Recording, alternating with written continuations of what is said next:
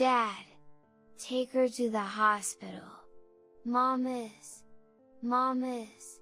With a trembling voice, Andrew desperately pleads into his smartphone. I was crouched down due to the water breaking, unable to move from the spot. At times like this, a young child can only think of his father. But the reply that came back from John over the phone was cold. I'm on a company trip, so I can't. Saying that, John laughs with a smirk. The guy who frequently tells transparent lies such as company trip. Help us. Finally, Andrew started crying. Furious anger overwhelmed me. John abandoned me when my water broke. Moreover, ignoring Andrew's desperate plea was unforgivable.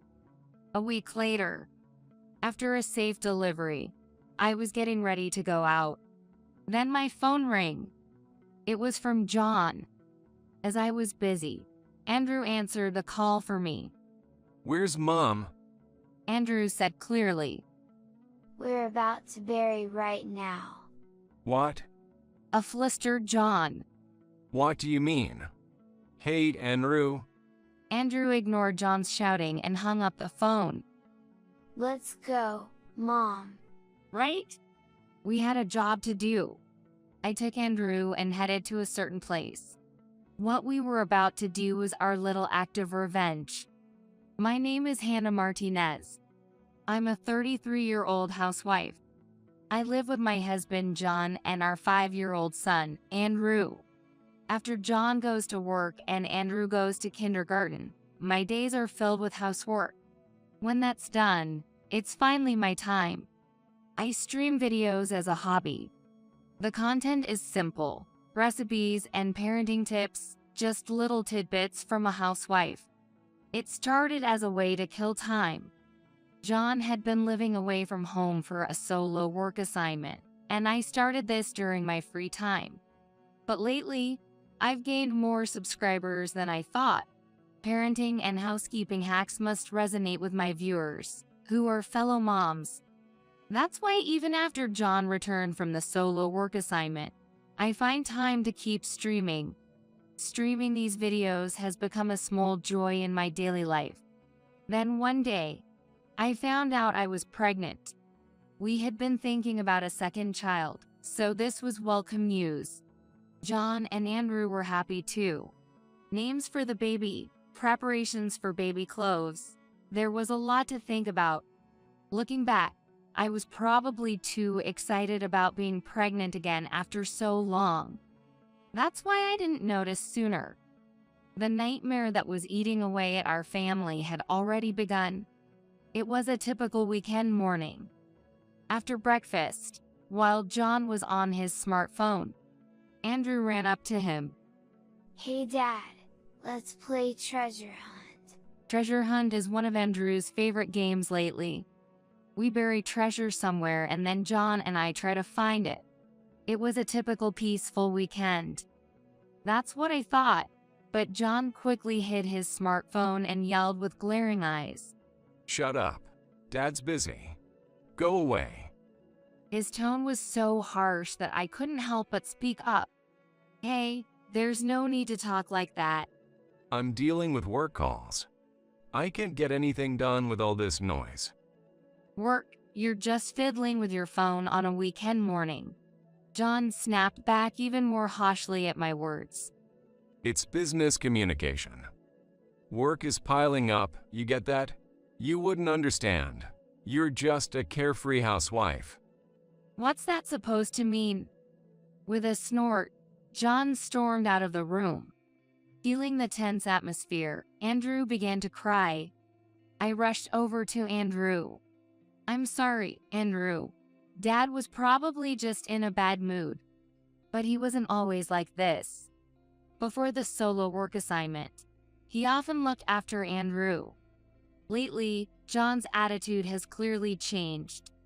He's sneaking around on his phone more often.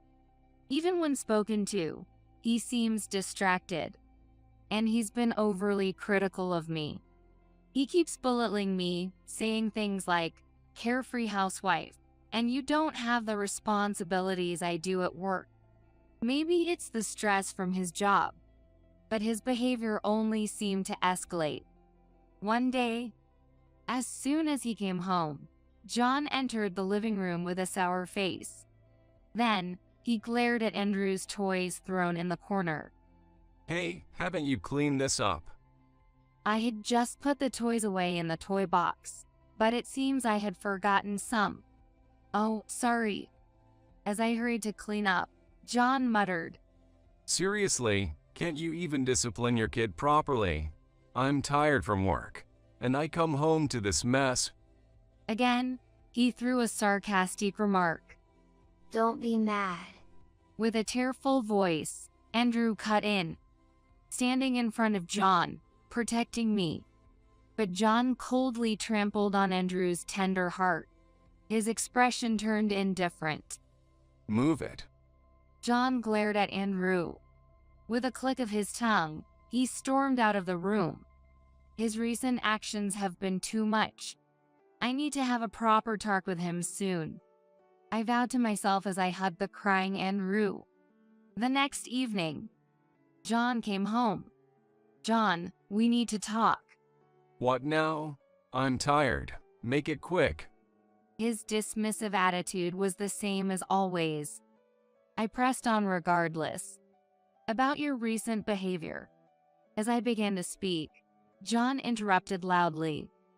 Look, I'm going on a company trip with the employees for 2 weeks starting next week. What? That's quite sudden. And for 2 weeks? Yeah. It's more like a trip where the managers aim to develop new clients, with a bit of sightseeing mixed in. Seriously, I hate being dragged into these things. I see. I don't need dinner tonight. Good night. Wait, we're not done talking. John ignored me and quickly went into the bedroom. We used to have a drink and chat about our day after Andrew went to bed. But now, the atmosphere for such moments is nowhere to be felt. John firmly closed the bedroom door, letting no one in. I sighed. Then, I finished up the remaining chores and turned on my computer. I started working on combining the narration with the video I shot the other day. It was the usual video editing I do. I used to stream simple household tips, but lately, it's been mostly about John. I created a segment called Troubles with My Husband, saying, lately, I feel like my husband has become distant.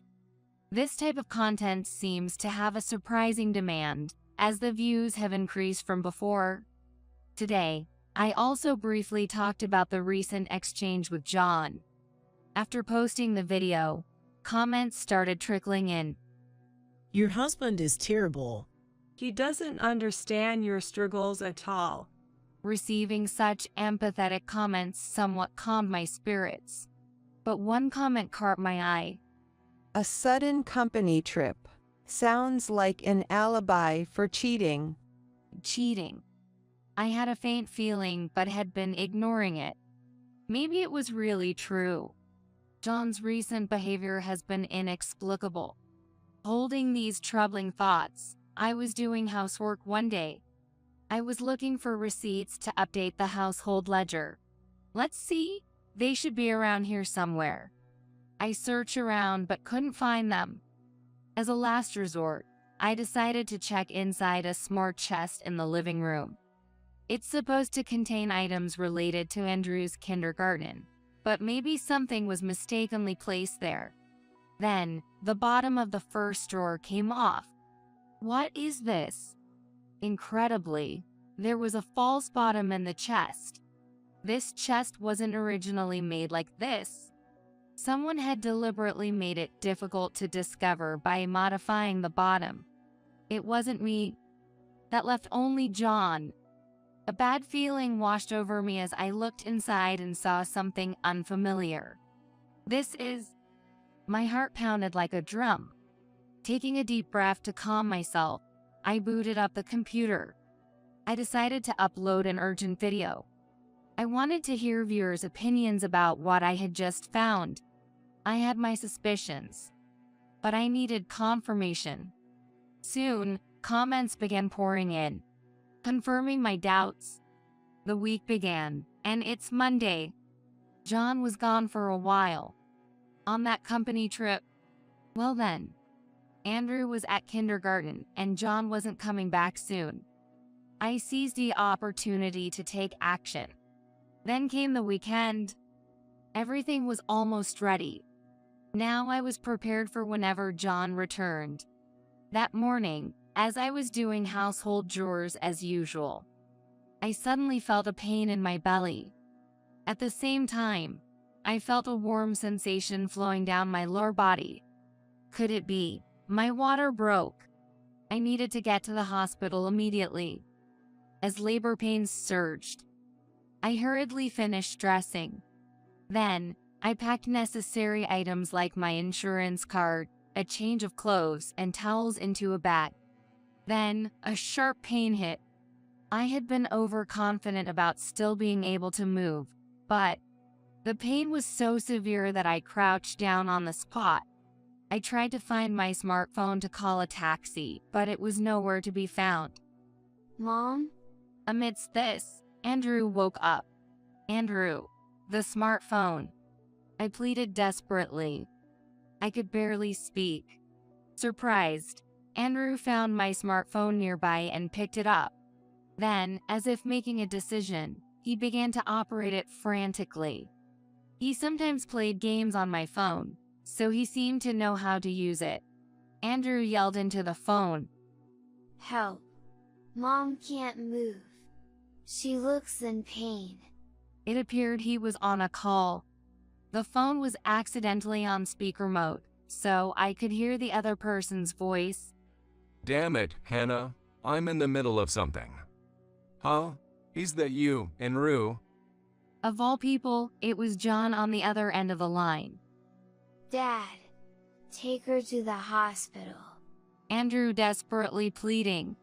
In times like these, a young child can only think of his father. But the reply from John was cold. I'm on a company trip, so I can't. Laughing off, John didn't seem to care. Help. Please help. Finally, Andrew broke down and cried. Amidst intense pain, I couldn't forgive him. It seemed like he didn't care even though I was suffering. What was worse, he completely ignored Andrew's desperate plea. After hanging up, Andrew called someone else. Grandma. Grandma. Hey, Andrew, what's wrong? It seemed Andrew managed to calm my mother with his unsteady fingers. After that, I lost consciousness due to the pain. When I woke up, I was in the hospital. I was in bed, with my parents looking over me worriedly. As I regained consciousness, the pain returned, and I grimaced. Hannah, are you okay? Andrew called us. He said his mom couldn't move. He told us desperately. It seemed Andrew was quite upset, but he had fallen asleep from exhaustion. My mother said they had left him at the hospital's childcare. Based on Andrew's call, we arranged for an ambulance. He's amazing, only 5 years old. My mother spoke solemnly.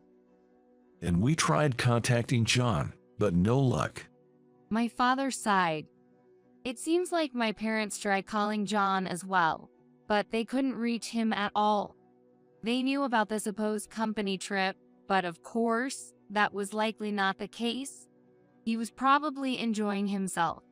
I was quietly fuming. This wouldn't just end here. But first, I had other things to deal with. After my parents left the room, doctors and nurses came in to prepare for the birth. After hours of labor, I gave birth to a girl. Her name is Melissa. Hearing Melissa's vigorous cries seemed to release me from all the tension. I fell asleep.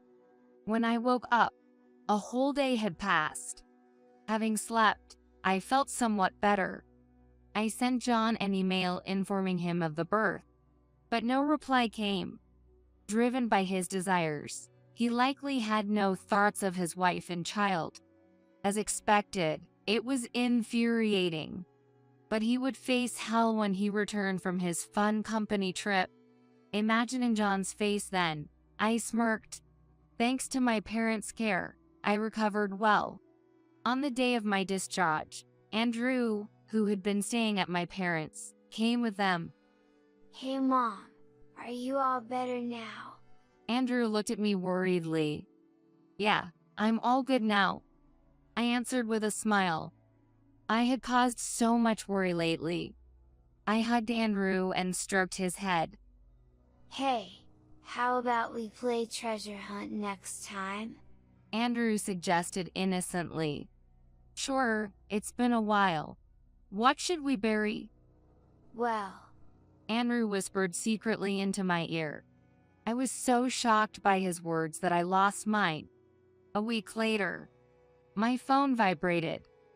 Mom, your phone is ringing. Andrew called out. I was just getting ready to leave and replied, just leave it, I can't pick it up now. But Andrew stared at the screen and answered a call. From afar, I heard a muffled male voice. It seemed to be John. Hey, Hannah. Oh, it's Andrew.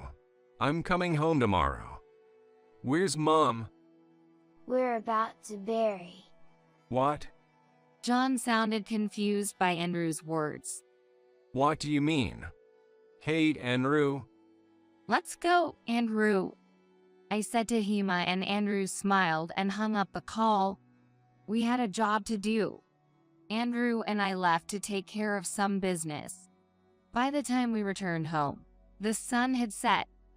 Postpartum, my body was completely exhausted. Since Andrew had fallen asleep, I left him and Melissa with my parents, who lived nearby. There was still something I needed to finish. I decided to wait for John's return.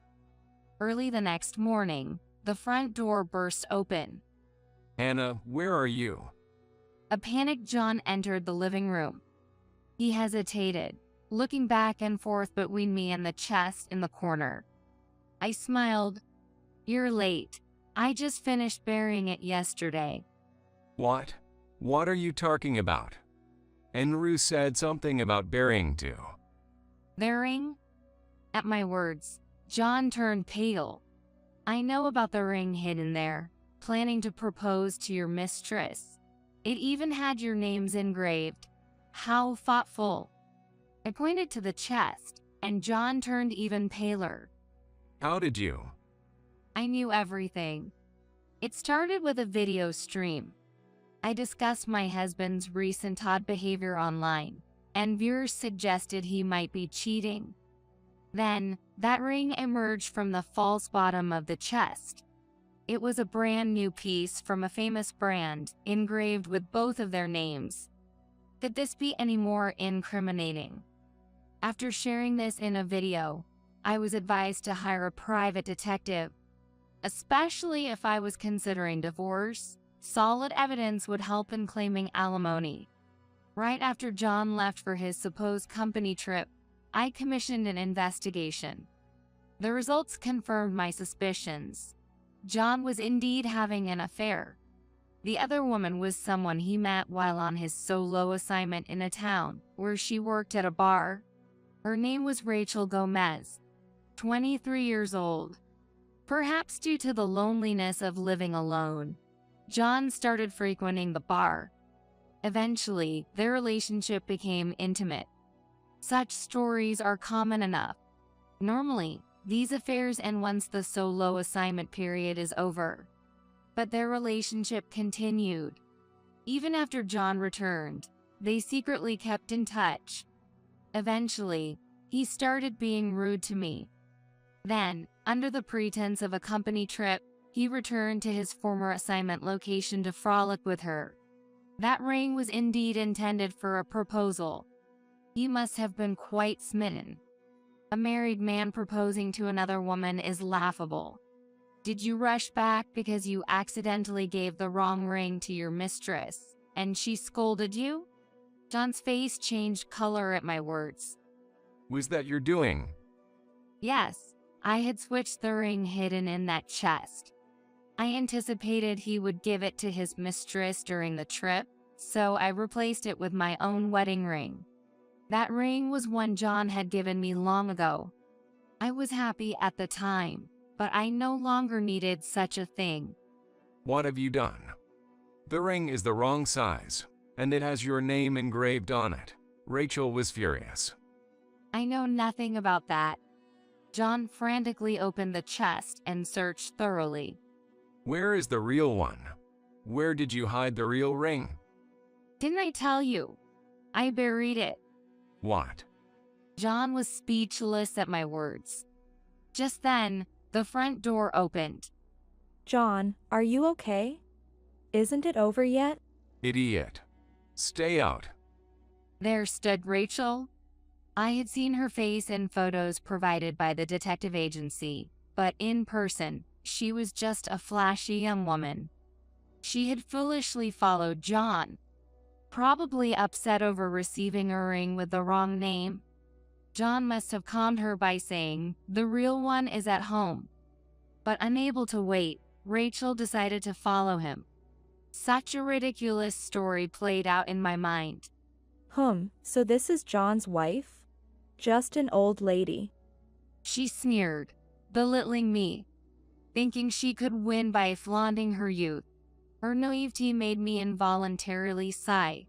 Oh, the mistress, Rachel Gomez, right? I heard you dropped out of trade school because you wanted money for fun and ended up working at a cheap bar? But no wealthy man took you seriously, so you settled for a married nobody, feeling triumphant over his wife. Is that right, Rachel? What? Rachel was struck speechless, hit right on the mark. I had already researched all this. In today's world, once you know someone's name, finding their social media is easy. A woman like Rachel, with a strong need for approval and a competitive spirit, is bound to be showcasing her history somewhere. Thinking this, I searched her social media and quickly uncovered Rachel's background. Rachel, defiant, retorted, So what? I'm the one John loves. He proposed to me, and I got the ring I wanted. Just divorce him already. I didn't need to be told. I'm planning on divorcing. I can't stay with someone like this anymore. John and I had been married for 5 years. We were blessed with a child, but his infidelity during his solo assignment, his disregard even during my pregnancy, and ultimately his treatment of me and Andrew. There's no point in continuing a marriage like this. Ever since I discovered the affair, I had decided to divorce him. By the way, aren't you going to look for that very important ring? Where did you hide it? Hide it? That sounds so sinister. Today, Andrew and I went for a walk at the beach for the first time in a while. We played a treasure hunt game there. It was so much fun. John's face turned pale at my words. You didn't bury it there, did you? He muttered, trembling, and then suddenly rushed outside. Hey, John, where are you going? Rachel followed him. I quickly stepped outside from the front door, too. The place we buried it was about a 20-minute walk away. I gripped my smartphone tightly and walked briskly. It was a local beach. Upon arrival, the two were frantically digging up various spots in the sand. It's not here. Where the hell is it? It was an expensive ring. What are you doing? Find it quickly. They were panicking like fools. I leisurely filmed the scene with my smartphone. Apparently too distracted by their panic, they didn't notice me filming from a distance. The sight was so ridiculous. I couldn't help but burst into laughter. This beach was a place our family of 3 frequently visited. Here, we often played treasure hunt. Andrew would bury treasures in the sand, and John and I would search for them. The treasures varied, but were usually things Andrew treasured. Things like toy cars and cicada shells seemed like things boys would enjoy. However, today, the buried item was the real ring that John intended to give to Rachel. When Andrew recently said, "Let's play treasure hunt," and I asked, "What shall we bury?" he immediately replied, "A ring." I was startled, and Andrew explained, "I know. Dad has been looking at a ring and smiling recently." "What are you talking about?" Andrew had been observing John closely. John must have been daydreaming about his mistress while looking at the expensive ring he had splurged on. "That ring is important to Dad, right? If we bury it, maybe he'll come back to find it. Maybe he'll come back to being the dad he used to be." Andrew's eyes sparkled with hope. Andrew still doesn't understand. He doesn't realize that the ring was meant for someone John was having an affair with. He sees his father happy, so he naturally thinks it must be something very important. He hopes finding it might change his recently moody father back to the kind dad he used to be. Andrew's pure heart touched me deeply. And so, we had just buried the ring here on this beach. But John, now desperately searching for the ring, isn't thinking about his family at all. He's just trying not to upset Rachel. As I filmed, I realized tears were streaming down my face. I couldn't forgive John for destroying our family. It's a harsh reality for Andrew, but John is probably not coming back to us. Later, I went home to edit the footage. The video amusingly captured the two frantically searching for the ring. Thanks to the sound capturing app, I got perfect audio too. I blurred their faces at the end and added narration. Our family's history, the treasure hunts Andrew loved, and how John's selfish affair led to the family's breakdown. I kept all names anonymous. I clicked and uploaded the finished video. With the title, "I buried the ring my husband planned to give to his mistress." Instantly, the views shot up. Comments flooded in. "Your husband is the worst." "Poor kid," mostly condemning John and Rachel. As I scrolled through the comments, the exhausted pair returned. "We finally found it, buried in the damn beach." The ring is all dirty with sand now. What are you going to do about it? They clamored noisily. John was holding the sandy ring and a tattered piece of paper. "This paper was in there too. It's filthy." He casually threw it in the trash without a second thought. "Don't you get it?" I said coldly, looking at John. I retrieved the paper from the trash and spread it out. It was crumpled, but it was a drawing by Andrew, with crayons. It showed our family of 4, all smiling. John seemed to realize what it depicted only after looking closely. He couldn't bear a word. John's face showed a complex mix of emotions. "This is Andrew's feelings. You trampled on his wish for a smiling, happy family, sneaking around, having an affair, neglecting your family. You are truly despicable. I can never forgive you." The living room fell silent at my loud voice. Rachel also looked guilty. I turned to her and said, "And don't think I forgive you either. You break a home and still have the nerve to look unaffected. I will fight against someone who hurts children, thoroughly." With that, I glared at them both. Where's Andrew? How is the baby doing?" John asked in a cracked voice, finally showing concern for his children. But it was too late. They're at my parents' house, considering you ignored Andrew and the baby while fussing over that ring. You have the nerve to ask that now. Well, you won't be seeing them anymore. "That's outrageous. I am their father." What? A father, after completely neglecting the kids and being engrossed in your affair? Who are you kidding? I don't even want to see your faces. Just get out. Both of them were completely intimidated by my fury. Let's just go, John. "All right. I'll leave for today.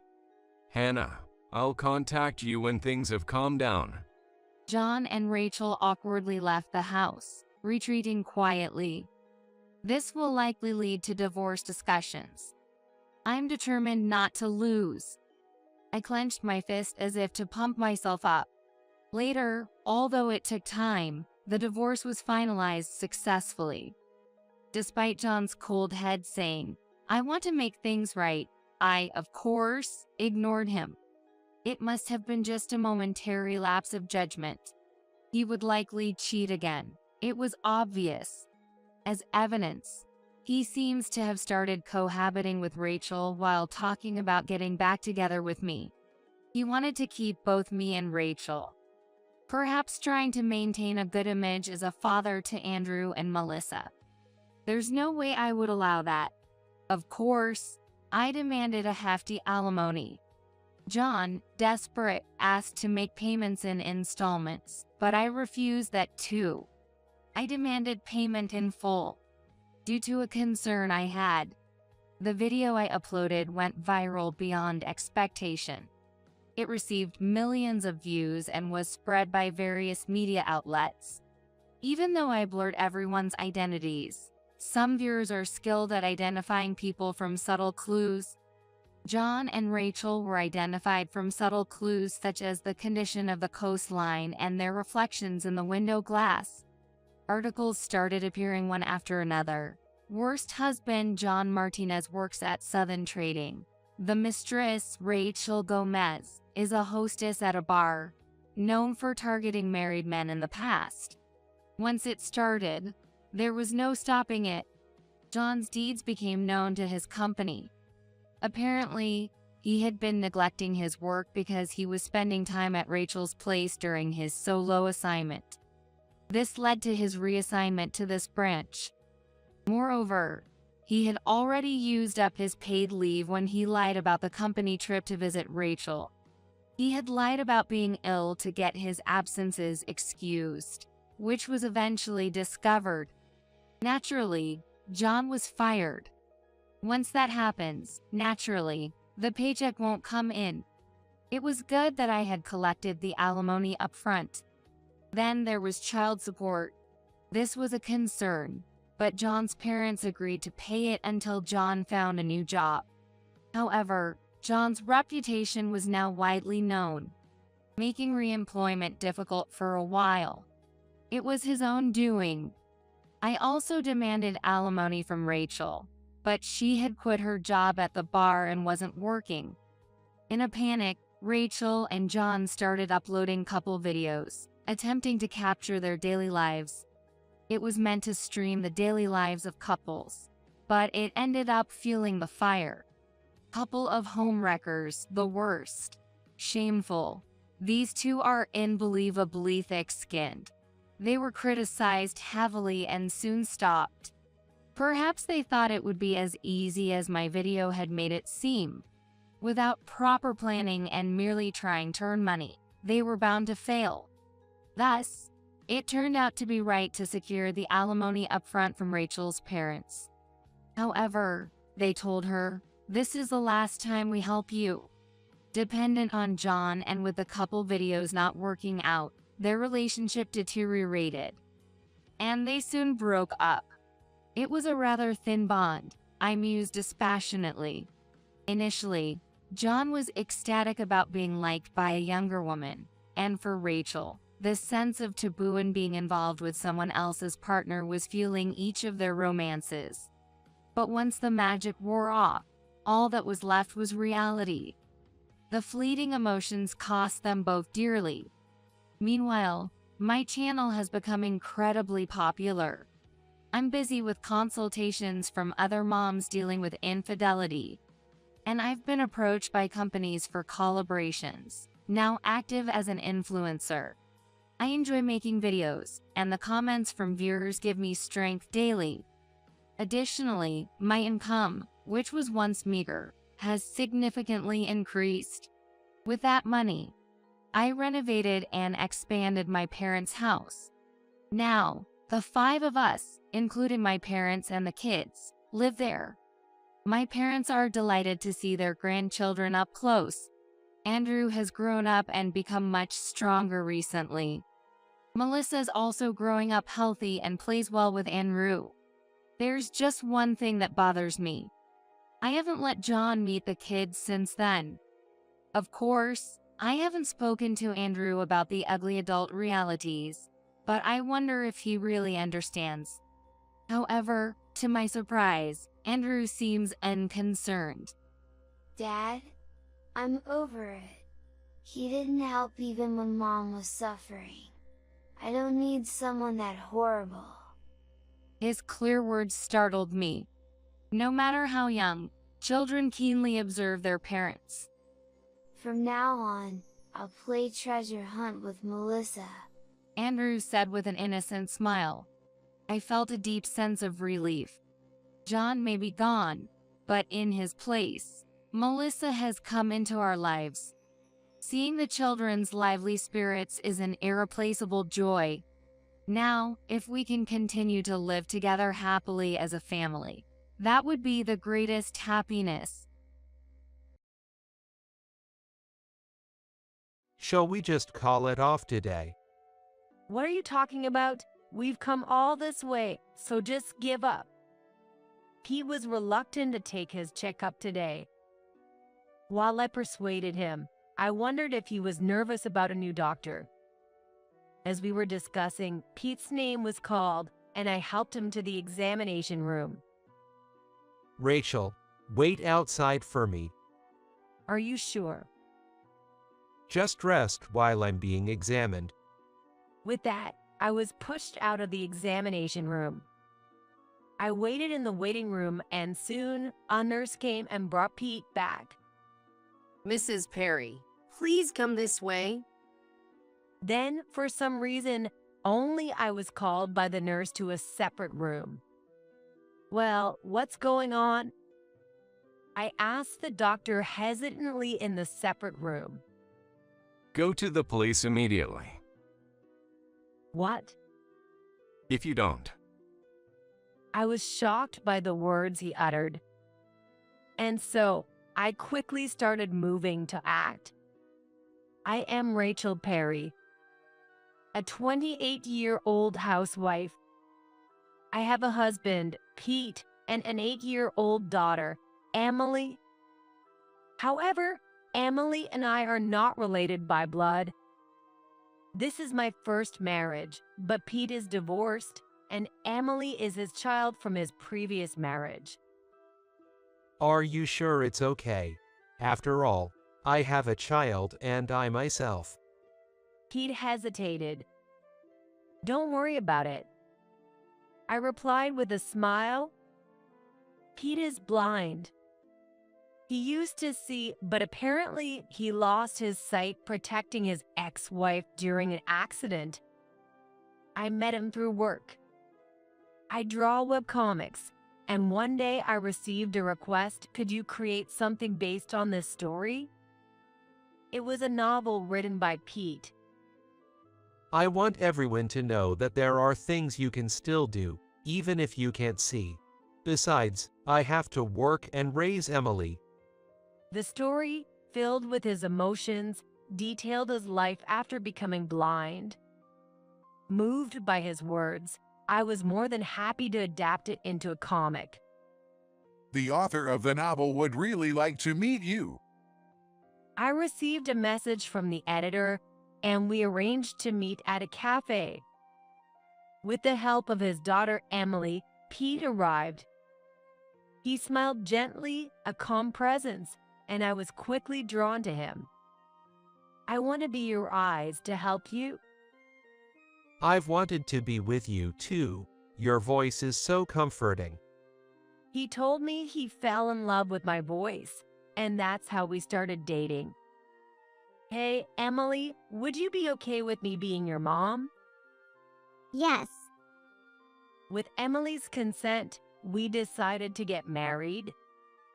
My parents were concerned about Pete being blind and having a child from a previous marriage. But if you've decided, we'll support you. That's right.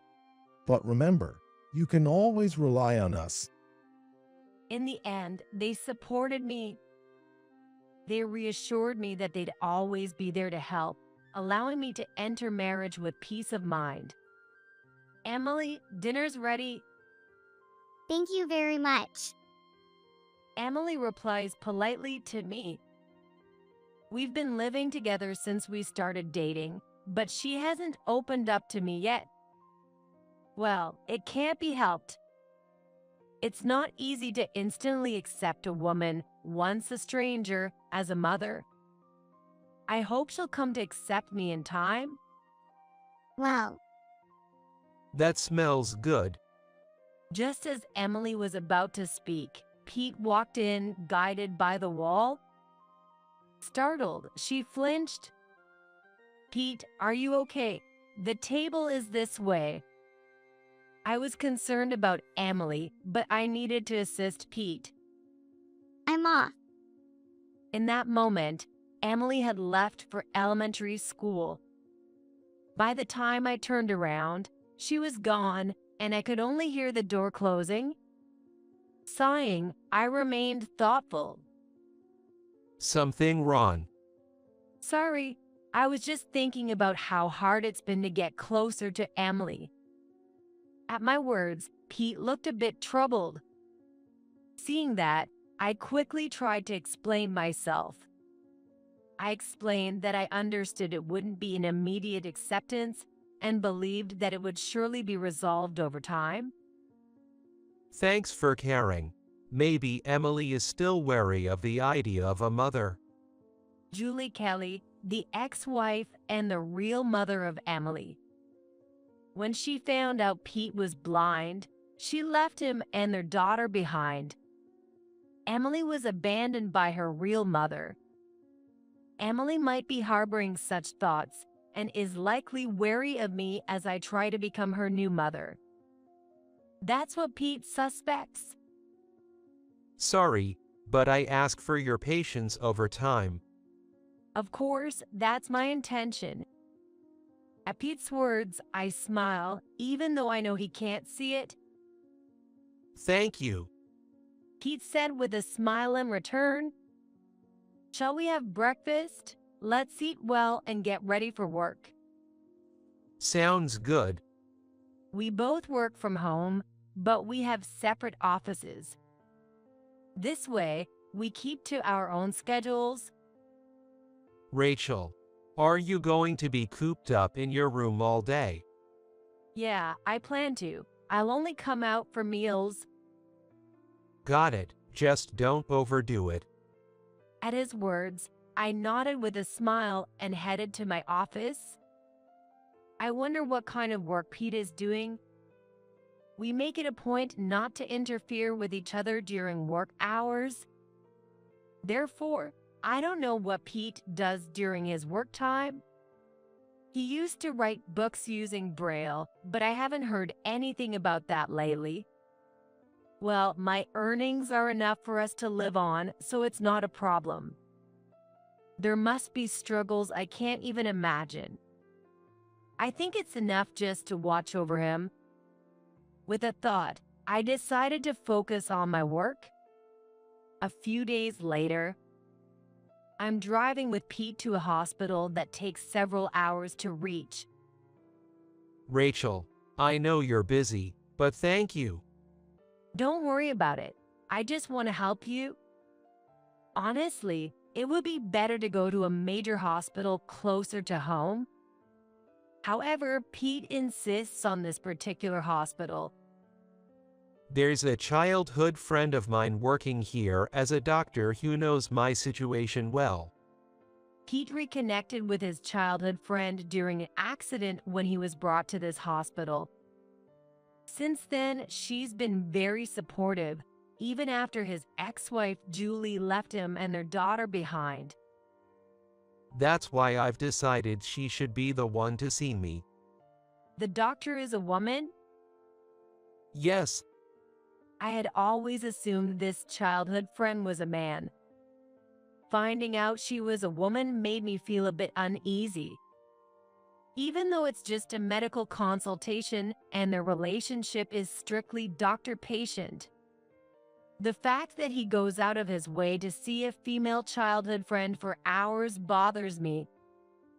What kind of person is this childhood friend? She's kind. She gets along well with her husband. Knowing she was married put me at ease. Married people are less likely to do anything inappropriate. We then entered the hospital together. Is this the first time we meet Mrs. Perry? I'm Anna West, Pete's attending doctor. Anna introduced herself with a gentle smile. She was very beautiful and definitely seemed kind. Being a wife can be tough, and adjusting to a new lifestyle can be tiring. I'm here to listen if you ever need to talk. I felt ashamed for almost being jealous. What a reliable, kind person. I had such an impression of her. Shall we exchange contact information? When Anna suggested it, I happily agreed. However, that might have been a mistake. Oh, a message from Anna. That night, a message from her appeared on my phone. Are you and Pete really doing okay? Pete has it tough. You need to be strong. What is this? The content was puzzling. Not something I expected from the doctor I met earlier in the day. I consulted Pete without thinking. She's always been overly protective, trying to be a big sister to me. That's probably why she sent such a message. According to Pete, she has always acted like Pete is my responsibility. She was very worried when he remarried, especially because of Julie's situation. That might explain why she was a bit cold to me. If she sees I'm living happily, she'll probably be reassured. Then I better make sure we are happy, I said with a laugh. That's right. Pete laughed along. Emily watched us, seemingly wanting to say something. Emily, is something wrong? Nothing. When I asked Emily, she glanced briefly at Pete and shook her head. I'm going to bed early. She then went to her room. I wish Emily would smile a bit more. I overheard Pete mutter. I turned to him, and Peter turned his head. Seeing him like this, I felt a slight discomfort. Can you tell Emily's expression? Yo, we're family after all. I can tell by the sound of her voice. Pete said, smiling. It makes sense. After 8 years together, he might indeed sense her mood from her voice alone. But why could he respond to me turning around silently? Just a coincidence? Something wrong, Rachel? No, it's nothing. Pete asked with concern, possibly sensing my distress or wondering why I had fallen silent. To him, I shook my head. I'm probably just overthinking it. I convinced myself of that. Well, Rachel? On a rare day off, surprisingly, Emily initiated a conversation. Surprised, I managed to keep a smile on my face so she wouldn't notice. What's up? This. When Dad isn't around. She handed me a piece of paper. I took the paper from her. Please make sure Dad doesn't see this.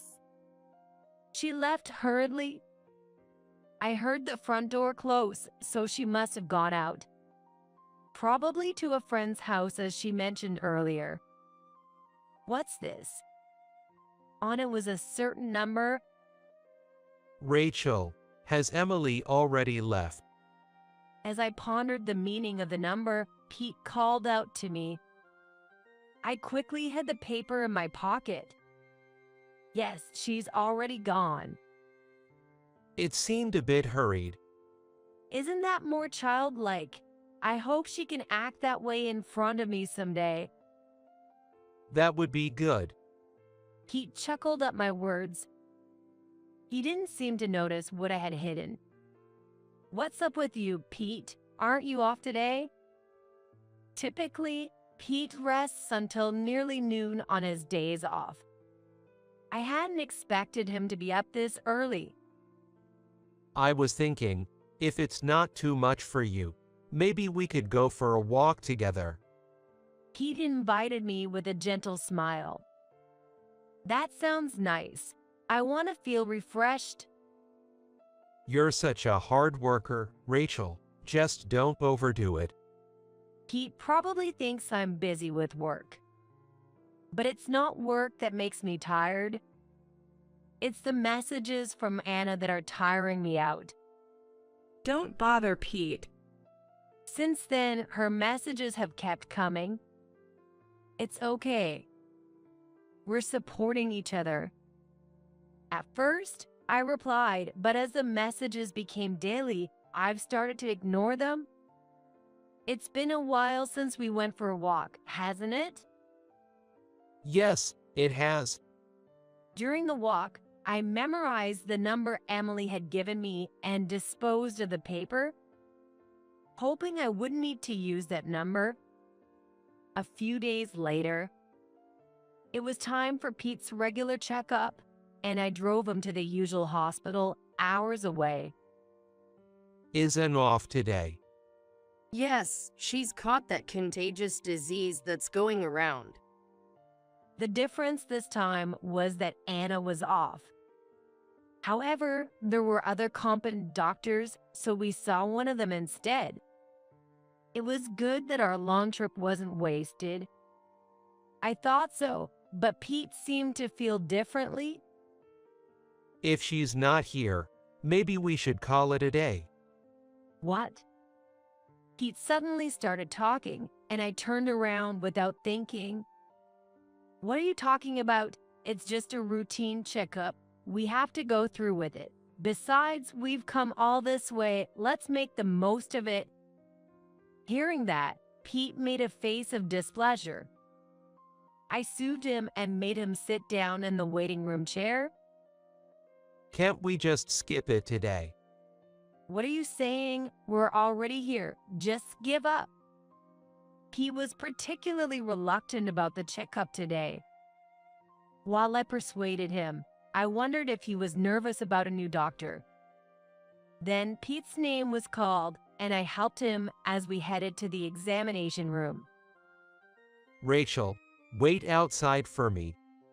Are you sure? Just take a rest while I'm getting examined. With that, I was pushed out of the examination room. As I waited in the waiting room, Pete soon returned with a nurse. Mrs. Perry, this way, please.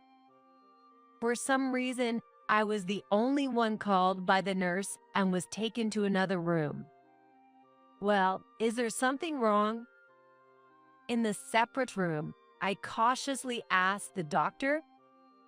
Go to the police right now. What? If you don't, you'll end up being used and then discarded. I was stunned by the words he uttered. And to act immediately, I started moving. After a while, Pete contacted me on my phone. Rachel, where on earth did you go? Me? I'm at the police station now with Emily and Julie. Pete, taken aback by my words, remained silent for a moment. Why? He murmured in a faint voice. Dr. Watson told me about your truth. At that time, the person who told me the truth was a Dr. Marcus Watson. Pete can see. What are you saying? Moreover, he's not the kind-hearted person you think he is. Dr. Watson, who had called me in, told me this. His words honestly left me bewildered. I understand it's hard to believe, but haven't you ever had any suspicions yourself? As he said this, what came to my mind was, Pete's recent behavior. He reacted immediately to my actions, even though he was supposed to be blind. He moves around our familiar home without any help and gets dressed perfectly. What bothers me the most is his relationship with Emily. Emily is always conscious of his gaze, and whenever I talk to her, Pete quickly intervenes. It's as if he's monitoring her movements. There are indeed some worrying signs. He's showing you a false persona. He's conspiring with Dr. West to deceive you. Indeed, if Pete's blindness were a lie, it would be odd for Anna not to notice. Perhaps she's been helping him because they're childhood friends?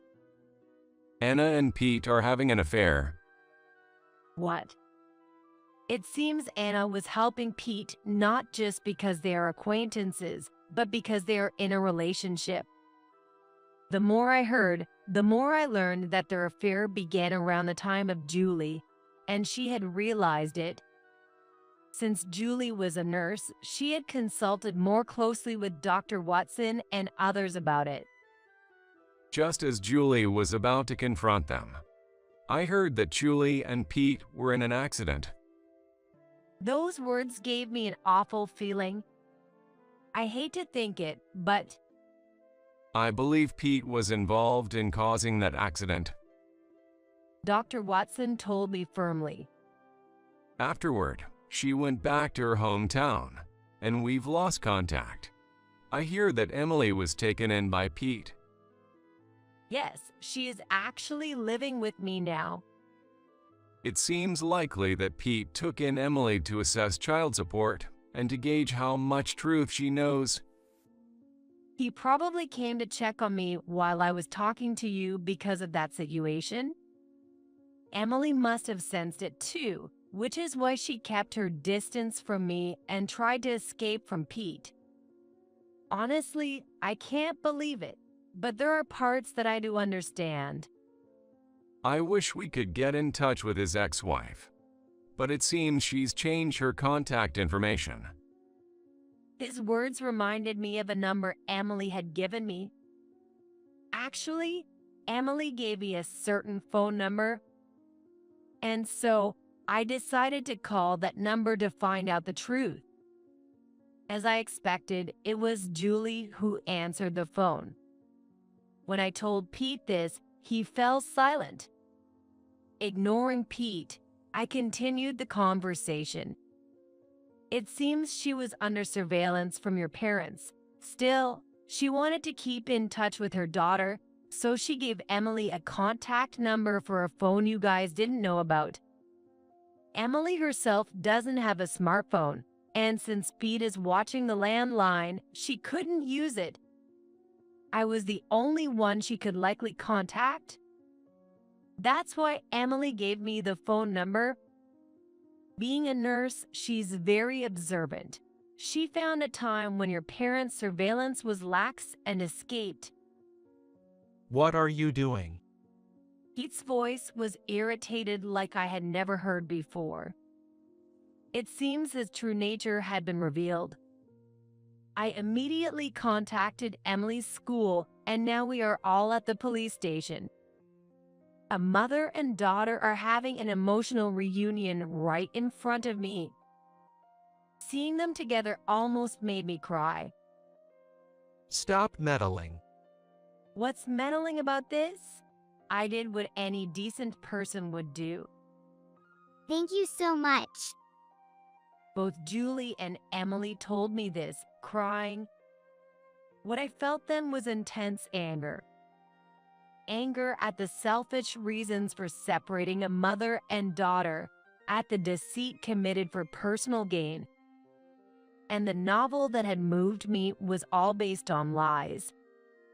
Knowing this fact, I was so filled with anger and shock that I went numb. She has evidence that your parents confined her, and if we have Dr. Marcus Watson's medical report, we can prove that the disability benefits you were receiving because you are blind are fraudulent. Why would you do that? Weren't you enjoying our life together? Indeed, I had felt happiness in our life together. Above all, I married Pete because I loved him. Yes, and you were laughing at me, weren't you? With that, Pete fell silent again. Before going to the police station, I stopped by our house and peeked into his office. I thought maybe I would find evidence of infidelity. What I found was, you were not working at all and were just teaming up with Anna to make a fool out of me. That's... The message described me as obtuse and naive, easy to manipulate. Why did you choose such a woman? For the money. I was chosen because as a webcomic artist, I was making good money. You thought it was simple to move me with your novels. I was really underestimated, wasn't I? It can't be helped. Pete said. What can't be helped? I pondered this. He started talking without being asked. I really didn't want to do this, but I desperately needed the money. Besides, the only person I truly love is Rachel. Do you think I can believe that? You even plan to get rid of me? What? You saw that too? Yes, besides the messages with Anna, he had made arrangements to eliminate me. Pete, who had been living a luxurious life without working by taking alimony from his ex-wife. He couldn't forget such a lifestyle and was looking for a new source of income. It was me. As a webcomic artist with earnings and working from home, it was easy for Pete to keep an eye on me. Make it look like an accident once you got bored of me. Is it right? That was just a joke. I wasn't serious. It didn't seem like a joke to me. That's why we all rushed to the police. I went to the police fearing for my life and to expose the fraud by Pete and Anna. Emily was there to be protected from Pete, and Julie was filing a complaint for the defamation spread by her previous confinement and lies. It's over for you. The police are on their way to your place now. Damn it. Pete muttered in panic at those words. It's no use running away. I heard Dr. Watson's voice, indicating Pete had failed in his attempt to flee. It looks like it's over. I hung up the phone after hearing the police's voices. The police were likely heading to Anna's place, who was recuperating at home, and to his parents' place as well. It's all right now, I assured Emily. Thank you for letting me see my mom. She replied with a beaming smile. Seeing her smile for the first time made me very happy. Later, I heard that Emily and her mom really went back to Julie's parents' home. Her parents' home is a plane ride away, making it difficult for Pete to reach them. Leave that man to me. I'll make sure he faces the consequences. I reassured them with those words, and it seemed to give them some peace of mind. Emily and her mom returned home with smiles. Meanwhile, Pete ended up in the care of the police. The plan to harm me had not been executed yet, leading to insufficient evidence. However, the matter of the benefits and Julie's situation was judged as malicious. Pete was given a prison sentence. Is that so? That's good to hear. Today, I met with Dr. Watson to report about Pete. When I reported it, he smiled in relief. What about Dr. West? She's been charged for writing false medical reports. Dr. Watson explained Dr. Anna West's current situation. She seems to have been stripped of her medical license because of this incident. She's been ousted from the hospital, of course. Also, It was discovered that she had inappropriate relations with multiple patients and was taking supplies home without permission. So the hospital is filing various claims against her. Furthermore, her husband has been informed of everything, and she was divorced without question. Well, she brought it upon herself. Rachel, you were divorced as well, weren't you? Yes, of course. My divorce from Pete was successfully finalized. A lawyer mediated between us, and I blocked all contact with him. Thanks to that, I was able to divorce him without any issues. I'm really glad we could at least help you. He said that and smiled.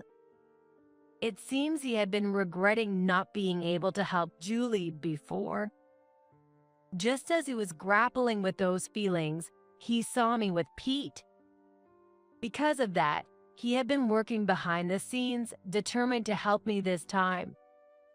There was no evidence that Anna West and Pete were conspiring together. So I was waiting for the right moment to expose the truth about his eyes. To see through Pete's lies, I had to examine him first. However, Anna always took care of Pete herself and never let other doctors do it. So he was waiting for the right opportunity, and finally it came. No matter how good his acting was, he couldn't deceive a doctor's eyes. He said, smiling as if he had accomplished a great feat. I'm really grateful. If you hadn't told me the truth that day, I might not be in this world right now. I said, expressing my heartfelt thanks. Thank you for trusting me. Dr. Watson smiled. Some time had passed. I received a message from Anna on my smartphone. I forgot to block her. Dozens of calls and messages. My life is a complete mess because of you. That's what the message said. You tried to take someone's life first. You have no right to complain. Saying that, I didn't reply and just blocked the number. Currently, I'm back at my parents' house. They probably don't know where that is, so I should be safe here for a while. Rachel, it's almost time for dinner. How's your work going? Thanks, Mom. I just reached a good stopping point. I smiled and headed to join my mom. Afterward, a piece of news became the talk of the town. It was about the famous webcomic author arrested for fraud. My webcomic had become widespread and was scheduled to be adapted into a TV program soon. However, it was discovered that the entire content was fabricated and the TV adaptation plans were scrapped. As the creator of the webcomic, I faced some criticism. But the editorial staff and the hospital defended me, so now I'm seen as a victim who was deceived. When Pete gets out, he'll find he has no place to go. He had been deceiving everyone around him. Now, he must face the consequences. Years later, after all that had happened, I had already left my parents' house, but that day I had stopped by my parents' house to run errands. Then the doorbell rang. Yes. It's been a while, Rachel. I've come to pick you up.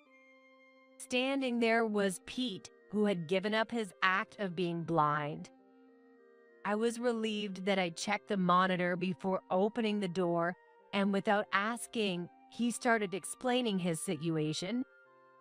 He was arrested over the issue with Julie, had borrowed money to repay the disability benefits, and his parents had moved because they were shunned by the neighbors and couldn't return to their own home. You're all I have left, Rachel. Let's be happy together. No thanks. I flatly rejected his plea. Pete's face showed he was hurt. His attitude, as if he were the victim, is irritating. It's your fault all of this happened. Don't you think you should take responsibility? I don't think so. I'm not responsible for any of this. It's all the result of your own actions, isn't it? But Despite my rejection, Pete still tried to cling to me. Exasperated by his behavior, I was about to call the police. What are you doing there? Someone called out to him. Pete turned around in surprise. you, the doctor. There stood Dr. Watson with an angry expression, along with my parents. Did you come to cling to her? That's quite pathetic. Shut up.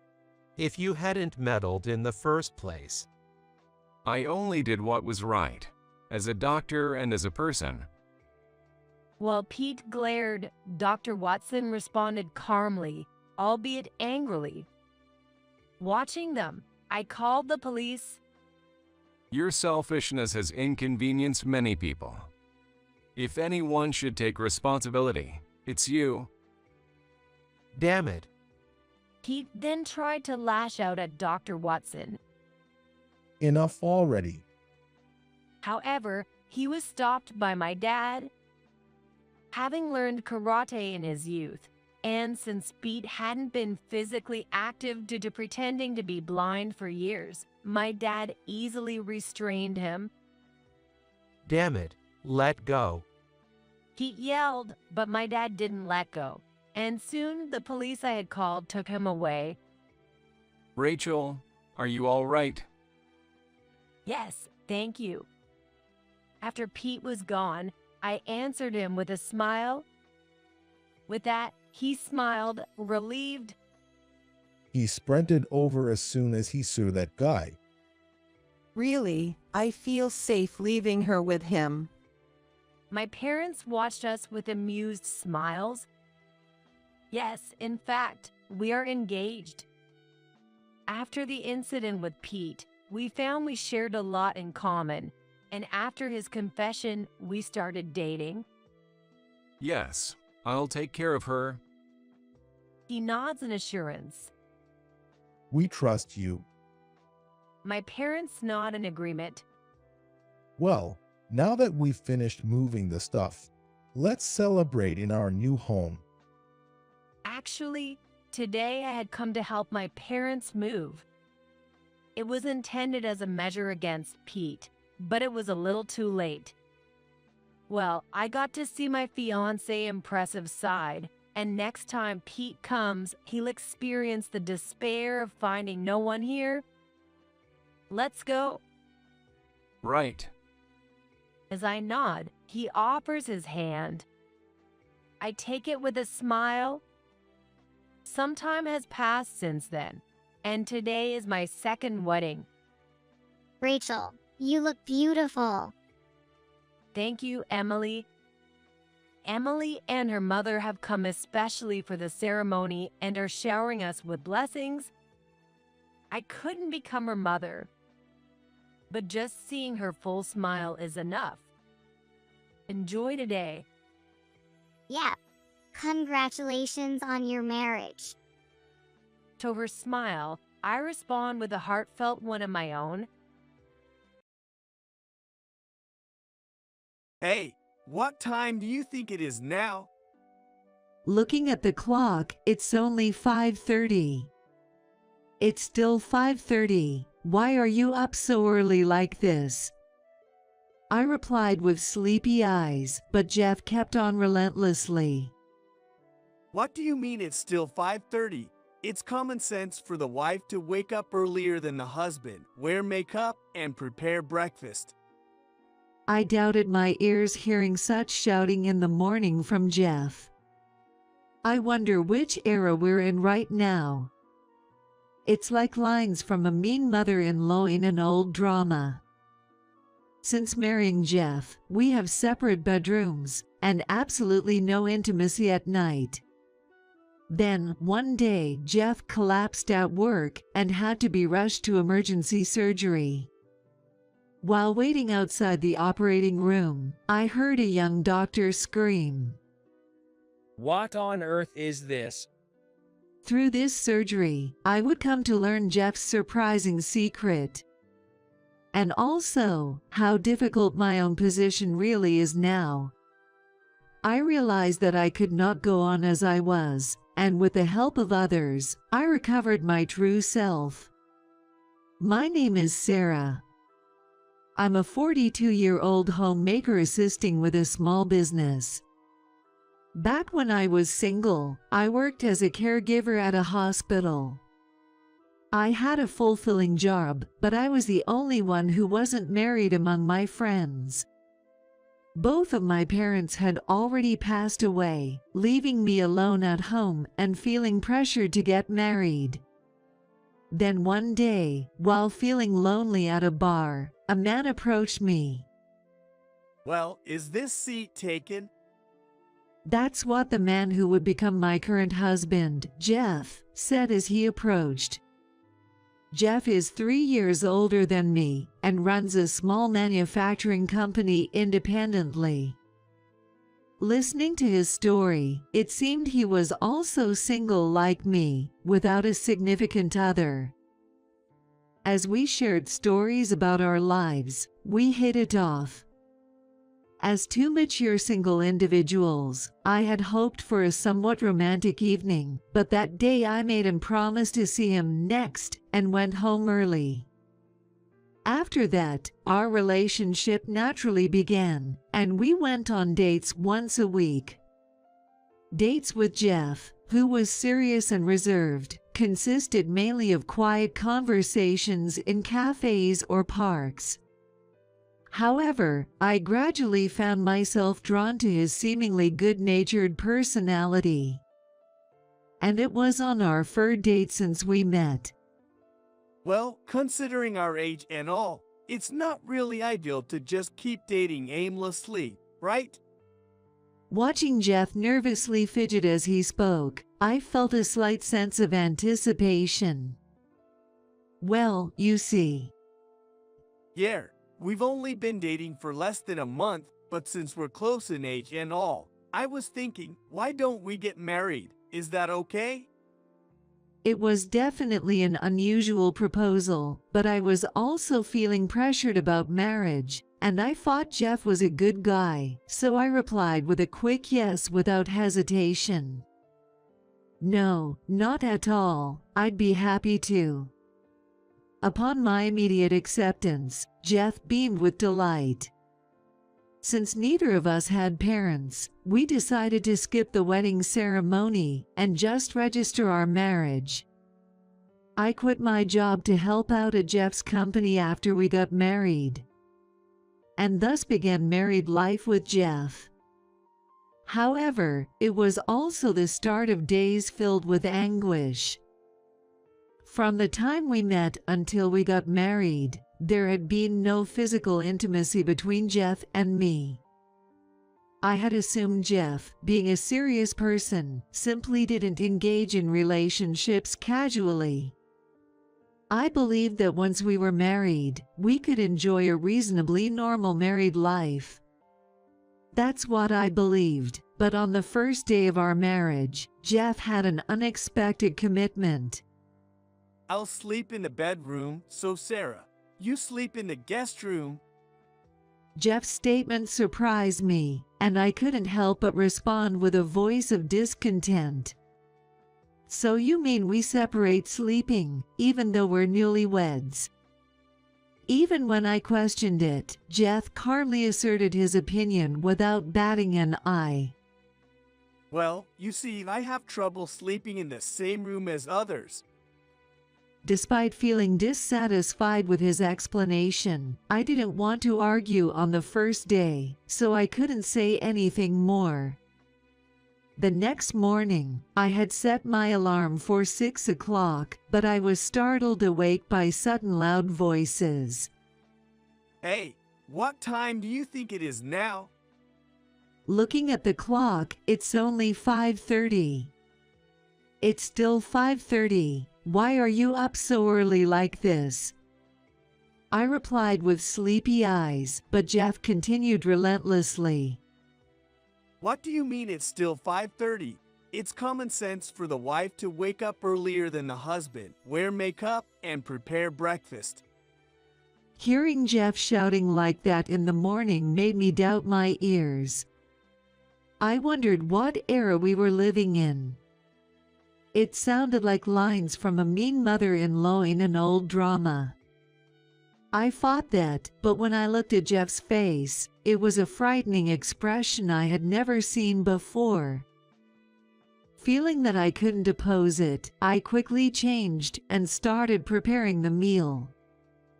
It might be obvious, but even if we have separate bedrooms, we eat together. As we sat around the dining table facing each other, something caught my attention. Even though it was already July, Jeff was wearing a long-sleeved sweater. I wondered if I needed to prepare summer clothes for him, and decided to ask Jeff about it. "I'll have your summer clothes ready soon." In response to my question, Jeff, seemingly choking on his food, hastily coughed and said, "No, I dress like this all year round, so I'm fine with summer clothes. I'm sensitive to the cold, you know. In the upcoming season, it's easy to get chilled with the air conditioning, right?" If he's sensitive to the cold, then it makes sense. Still, there's no need to rush like that. It seemed somewhat unnatural, but I didn't know how to respond. Since then, despite going to work in the morning to help at the company, Jeff tells me, be back home by evening to prepare dinner, so I return home early. Jeff gives detailed instructions not only about meals but also about cleaning and laundry, so I don't have time to relax even when I come home early. I clean every corner of the house, neatly fold the dry laundry, and tidy up. And since getting married, it's become my routine to prepare dinner and take a bath before Jeff returns. Jeff is the old-fashioned type of husband who doesn't lift a finger to help around the house. I understand he's busy as a manager, but I wish he'd lend a hand with the housework at least a little. But if I say anything that might bother Jeff, he might start yelling again. As I was preparing dinner, I found myself thinking, why did I even get married? Since then, our bedrooms have been separate, so there hasn't been any intimacy at night. I don't feel happy at all, even though we got married with such hopes.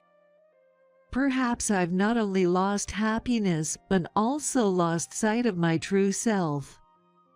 Feeling overwhelmed by these thoughts, tears began to flow uncontrollably from my eyes.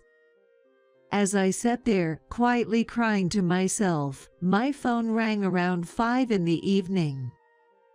It was a call from one of my female co-workers. "Hey, Sarah. It's urgent. The boss suddenly collapsed, so please head to the hospital right away." I was speechless upon hearing this. Sensing my distress, the coworker calmly informed me of the hospital's name. Trying to compose myself, I thanked him and immediately called for a taxi.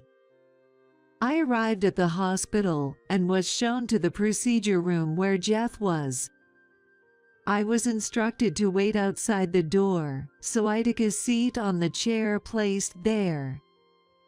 The door to the treatment room opened, and a seasoned physician, about the same age as Jeff, emerged from within. I stood up and approached the doctor. "Excuse me, I'm Jeff's wife. How is my husband's condition?" "Oh, you're his wife. Your husband's condition is stable, but he needs to be hospitalized immediately for surgery." "Really? I see. Well, thank you very much." After exchanging greetings with the doctor, I left for home without seeing Jeff, only completing the hospitalization and surgery procedures. Normally, I should have stayed by his side. The doctors and nurses might have thought I was being cold-hearted, but I just couldn't bring myself to accompany Jeff, with whom I hadn't connected emotionally. On the day of the surgery, instead of being present for Jeff before the operation, I visited the hospital around the time the surgery was beginning. As I waited outside, I heard screams coming from the operating room. Yikes, what on earth is this? What are you saying? You must be a doctor. Was it the assistant doctor who was screaming? The attending physician said to the young doctor, who seemed frightened, trying to calm him down. Nevertheless, the young doctor responded in a voice that seemed on the verge of trembling. Even if you say that, this is the first time I've ever seen such an amazing tattoo. What should I do? Don't panic. It won't affect the surgery. What on earth was all the commotion about? The voices were so loud that they could be heard outside the operating room. I vaguely remembered something about a tattoo being mentioned. While the assistant seemed unreliable, I felt reassured by the confident demeanor of the attending physician and waited for the surgery to finish. And a few hours later, the surgery was over, and 2 doctors came out. One was the young doctor in his mid-20s who had screamed earlier. He seemed to want to say that he had seen something unpleasant. The other was the attending physician, a senior doctor whom I had greeted yesterday. The attending physician had a somewhat pitiful expression as he looked at the young doctor. Certainly, the young doctor seemed like a sheltered son of a wealthy family, if you put it kindly. I stood up and looked at the senior doctor. Beside him, the young doctor bowed deeply to me with an apologetic look and said, I'm sorry. It's about your husband's tattoo on his back. Hey, cut it out. I didn't quite understand what the two were talking about. Especially, the words of the young doctor caught my attention. You've been talking about the tattoo since earlier. What does that mean? Both of them widened their eyes at my question. Oh, madam. It's about that large demon tattoo on your husband's back. It covers his entire back, doesn't it? I couldn't hide my surprise at the unexpected reply from the young doctor. So that was the reason Jeff had separate bedrooms. The senior doctor had a calm expression. I apologize for the trouble. The surgery went well. Your husband is okay now. Thank you. Can I talk to my husband now? Yes, if you could wait for a while. After being told so, I waited for a while and was then guided into the treatment room. There, Jeff was lying awake from anesthesia and dressed in a hospital gown.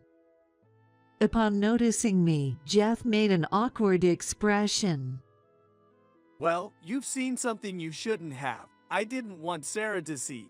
Why are you here without being called? Jeff's blunt attitude left me unable to even say, "Are you okay?"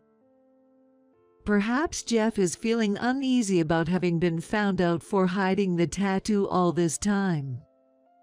Although the demon tattoo on his back isn't visible, it's clear around his shoulders from the hospital gown.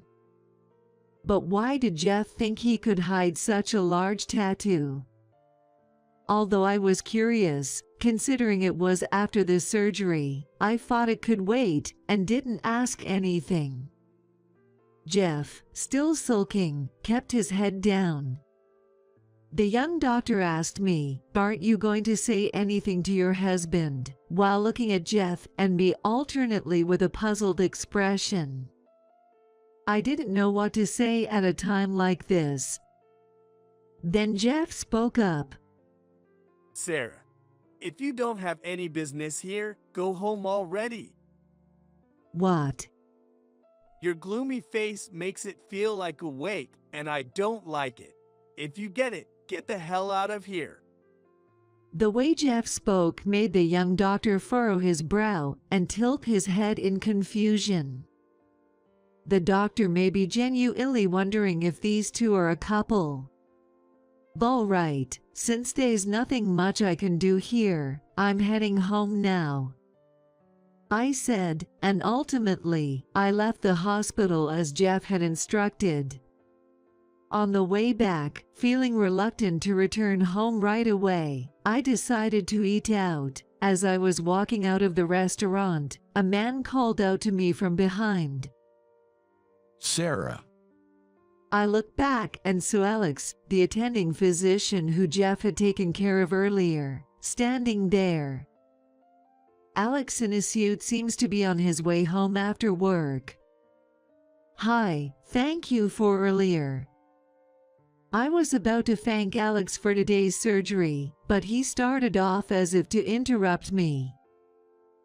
I thought Jeff had such a good wife, but it seems there's something fishy going on. Apparently, Jeff and Alex have known each other for a while. What do you mean? Well, pardon my bluntness, but seeing you, I had a feeling something was off. Normally, if a husband collapses at work and needs emergency hospitalization, his wife would accompany him, right? I'm sorry if we caused any inconvenience to the hospital, I said, thinking I had caused trouble for the hospital. However, Alex shook his head in response to my words and continued. No, it's not like that. It's just that you seemed unaware of his tattoo. Alex seems to know something about Jeff's tattoo. I was curious and asked him for details. Alex revealed that he and Jeff were classmates in middle school. Apparently, Jeff had been quite bad since 8th grade, riding around on motorcycles with his gang. Jeff hardly ever came to school. During that time, Jeff had gotten a large demon tattooed on his back, supposedly to intimidate others. Alex, who was the student council president at the time, couldn't tolerate such misconduct from his classmate. We were in the same class in freshman year. We weren't that close, but Jeff wasn't supposed to be a bad guy from the start, Alex said, seeming to want to somehow rehabilitate the originally serious Jeff. Alex then got into the bad boy gang Jeff was hanging out with and tried desperately to get Jeff to change his mind. Jeff, please come to school out of these fellows, Alex begged Jeff as he spoke in front of the crowd of bad boys. However, Alex ended up being badly beaten by Jeff's gang. Nevertheless, Alex's efforts seem to have paid off, as Jeff eventually attended school afterward, and even went on to high school. I had no idea about Jeff's past, so I was simply taken aback. It seems Jeff doesn't remember me anymore, but it's good to hear that he somehow managed to turn over a new leaf and work earnestly. However, dealing with you, his newlywed wife, isn't as easy. It's clear even to outsiders that Jeff and I don't have a normal marital relationship. Thinking about it fills me with embarrassment and a sense of shame. I'm truly embarrassed to think that even strangers can tell that our marriage is unusual. Alex lightly shook his head in response to my words. No, it's not you who's unusual. It seems like Jeff is neglecting you in some way. As he said that, I also started to feel the same way. For some reason, I felt like I could confide in Alex about anything. Is it because he's a doctor? Does he offer support to his patients' families in times like these? Thinking about it made me feel somewhat apologetic. I'm sorry, Alex. I didn't mean to drag you into our private matters. Oh, no worries. Right now, I'm not here as a doctor, but as a fellow human being talking to you. While I used to confront Jeff about his bad behavior back then, now there's a different reason why I can forgive him. At that moment, I couldn't quite grasp the meaning behind Alex's words. A different reason? I asked, to which Alex responded with a shy smile. Well, let's put that aside for now. If you ever find yourself confused about Jeff, feel free to talk to me about anything. I might be able to help in some way. I began to feel like I could confide in Alex, who listened to me empathetically. He knows a lot about Jeff's past. So, I thought if I told him about my current situation, he might find a way to help solve my problems. I told him in detail about the situation from the time I met Jeff until now. Alex listened silently and attentively, furrowing his brow with a serious expression. Something seems off. What was Jeff thinking when he got together with you? I'm not really sure about his feelings. As I answered, tears welled up in my eyes. Talking to someone made me realize that I was living a life that didn't satisfy me. Got it. Just leave it to me for now. I felt sorry for inconveniencing others with my situation. However, I couldn't help but rely on Alex's kindness, and my heart was filled with happiness. With Alex's support, I resolved to somehow deal with the ambiguous relationship with Jeff. The next day, I visited Jeff's hospital room from morning. Alex had informed me that Jeff's post-operative condition was stable, so I wanted to talk to Jeff. However, Jeff remained facing the window even when I visited. He refused to make eye contact. Nevertheless, I was determined to get to the truth and asked Jeff, "Why did you keep silent until now? With such a large tattoo, it was bound to be revealed sooner or later. Were you planning to hide it without establishing a marital relationship?" Jeff fell silent at my question. Then, he muttered in a low voice, "Because I thought you'd run away from me, too?" "What do you mean?" When I pressed him, Jeff began talking about his past relationships with women. According to his story, all the women who dated Jeff broke up with him as soon as they saw his tattoo. Jeff gives off the impression of a good young man who works earnestly. No one could have imagined that he had a large demon tattoo on his back. The fearsome demon on his back looked as if he belonged to some sort of nefarious organization. You were only on the wrong path until middle school, right? Why didn't you get rid of the tattoo when you turned your life around? When I questioned him, Jeff glared sharply and shouted, "I just didn't want this tattoo off." "Why not?" I wanted to know the truth from Jeff, but he didn't seem inclined to answer. Instead, Jeff turned the tables on me. "Forget about that. How does Sarah know about my middle school days? I don't remember ever telling you about that." I heard about your middle school days from the person who was the student council president back then. "Is that Alex?" Jeff seemed to remember Alex. But why did he keep silent even though he recognized Alex? Alex had desperately tried to reform Jeff. Even though Alex clearly remembered you, why didn't you even say a word of thanks? He helped you reform, didn't he? I questioned Jeff, who tilted his head in confusion. "What are you getting at? I turned over a new leaf because one of my buddies died in a motorcycle accident. I decided to live longer for his sake and quit riding bikes to live a straight life.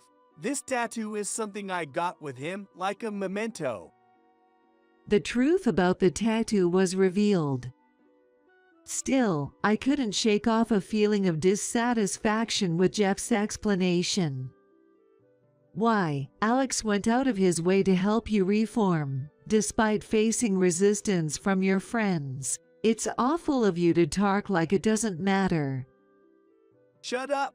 Why do you keep siding with Alex? Do you have a thing for him or something?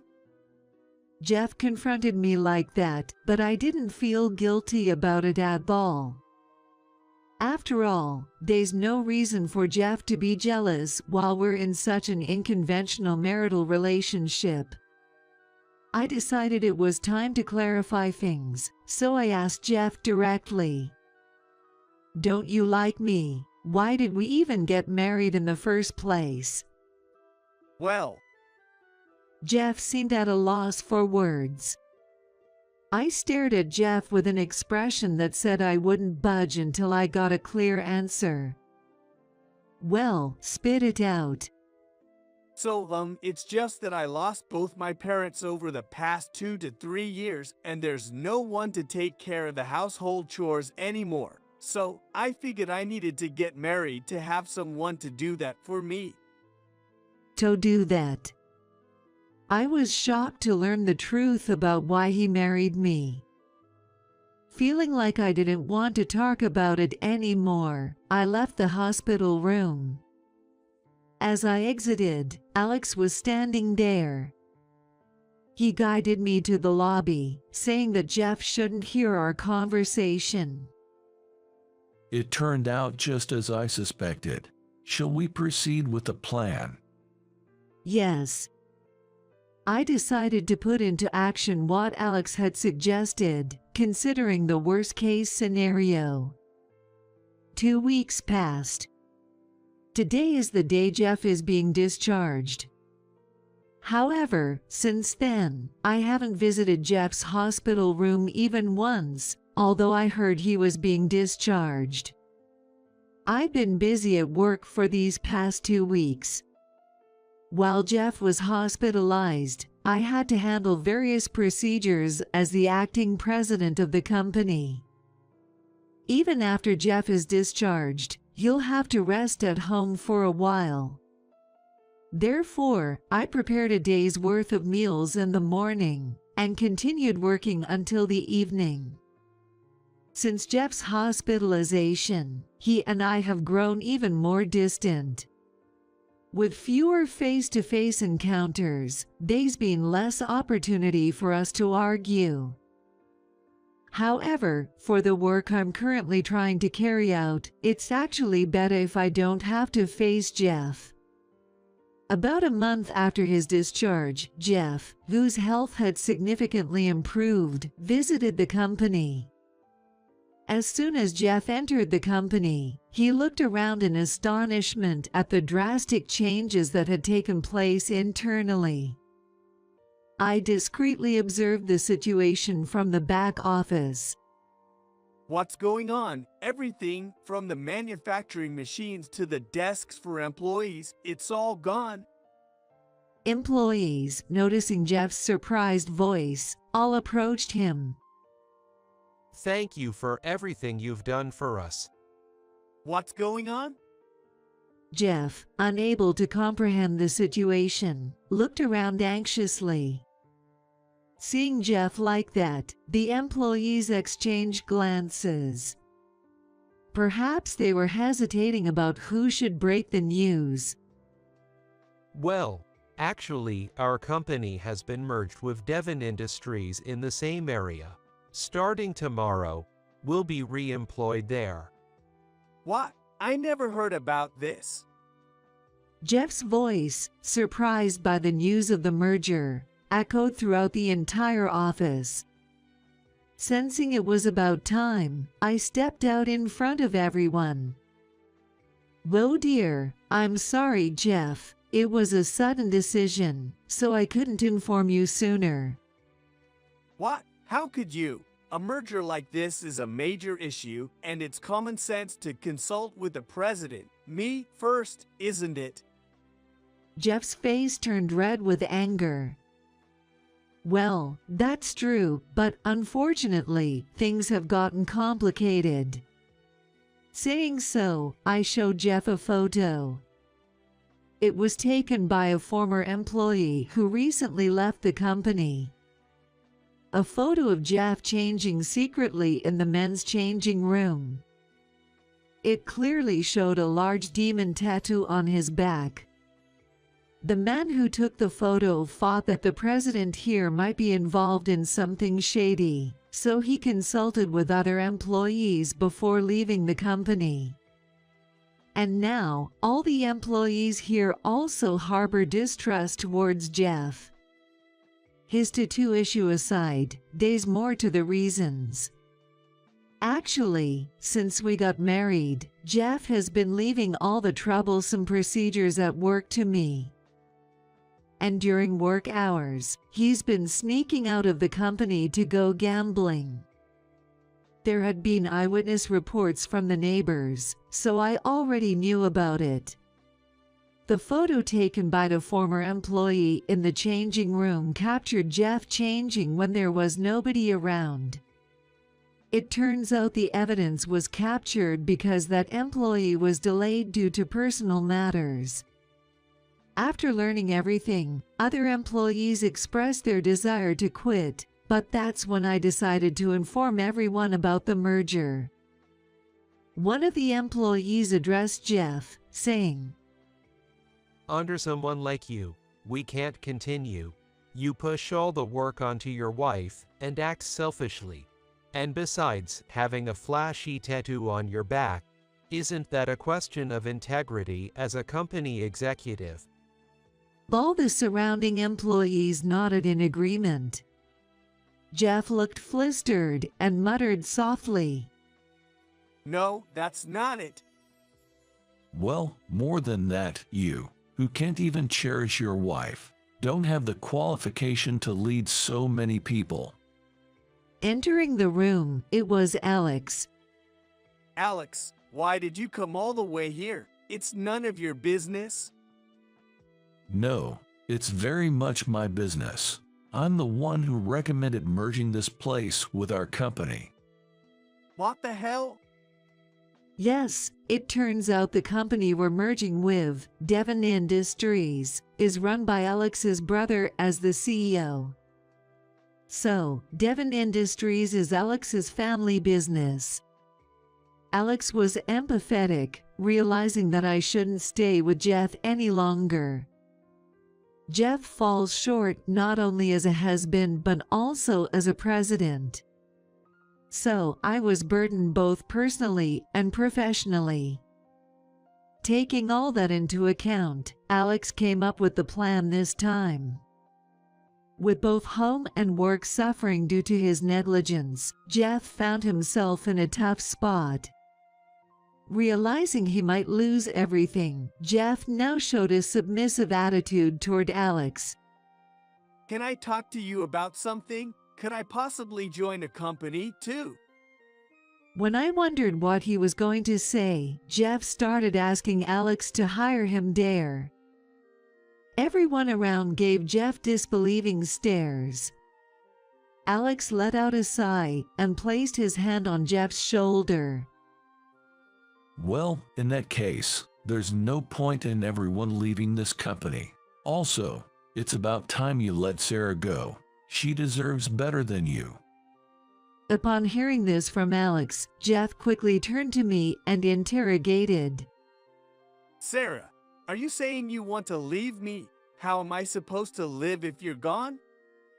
Looking at Jeff imploringly, I retorted, "I'm not the kind of person who can continue a superficial relationship like this. Just so you know, I'm neither your mother nor your maid. You need to learn to take care of yourself once you're on your own," I said firmly, leaving Jeff speechless.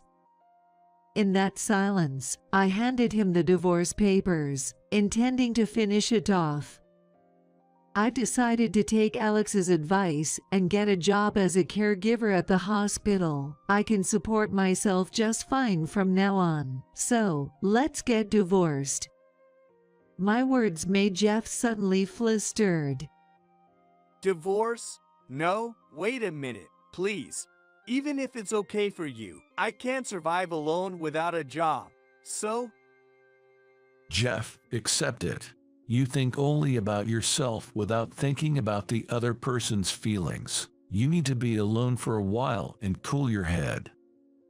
Alex scolded Jeff loudly. This seemed to shock Jeff, leaving him trembling and unable to respond. And so, I divorced Jeff and left the house. While working as a caregiver, I decided to stay in the apartment near the hospital for a while. My workplace is full of young practical nurses, and I was a little discouraged after I turned 40. However, finally freed from the difficult life, I felt relieved. From now on, I aim to work hard and lead an independent life. Jeff continues to live alone in the house after the divorce.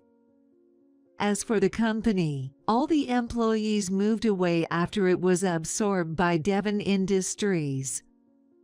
And the site of the company Jeff used to run is now just an empty lot. Jeff lost his job, but he still had his own house, so he shouldn't have to worry about rent. But when I walked past Jeff's house on my way to work, I could hear men and women screaming almost every day. Even late at night, no matter how late I pass by, I can still hear loud voices, so I asked the neighbors about it. According to the neighbors, Jeff is currently cohabitating with a woman. Perhaps because he lamented about not being able to live alone, he quickly found a new partner. However, the woman is said to be expressing dissatisfaction with Jeff to the neighbors. Jeff, who doesn't make any money and doesn't do any housework, seems to leave all the cooking, cleaning, and laundry to the women. The angry woman is probably complaining to Jeff and arguing with him every day. It seems they even throw things at each other during severe arguments, and the sound of glass breaking echoes throughout the neighborhood. Perhaps Jeff's concealed tattoos were discovered again at the beginning, and he's also being criticized for that.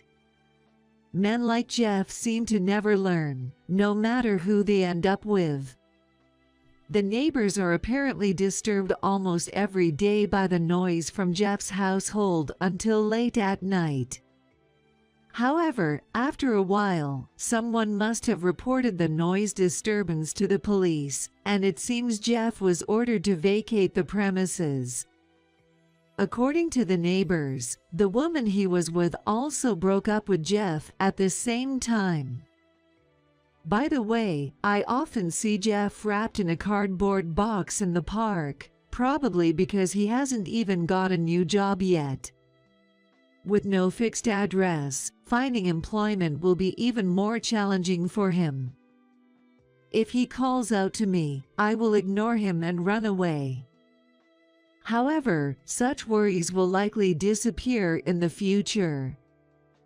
I've been recognized for my work as a caregiver at the hospital, and after completing training, my salary has significantly increased.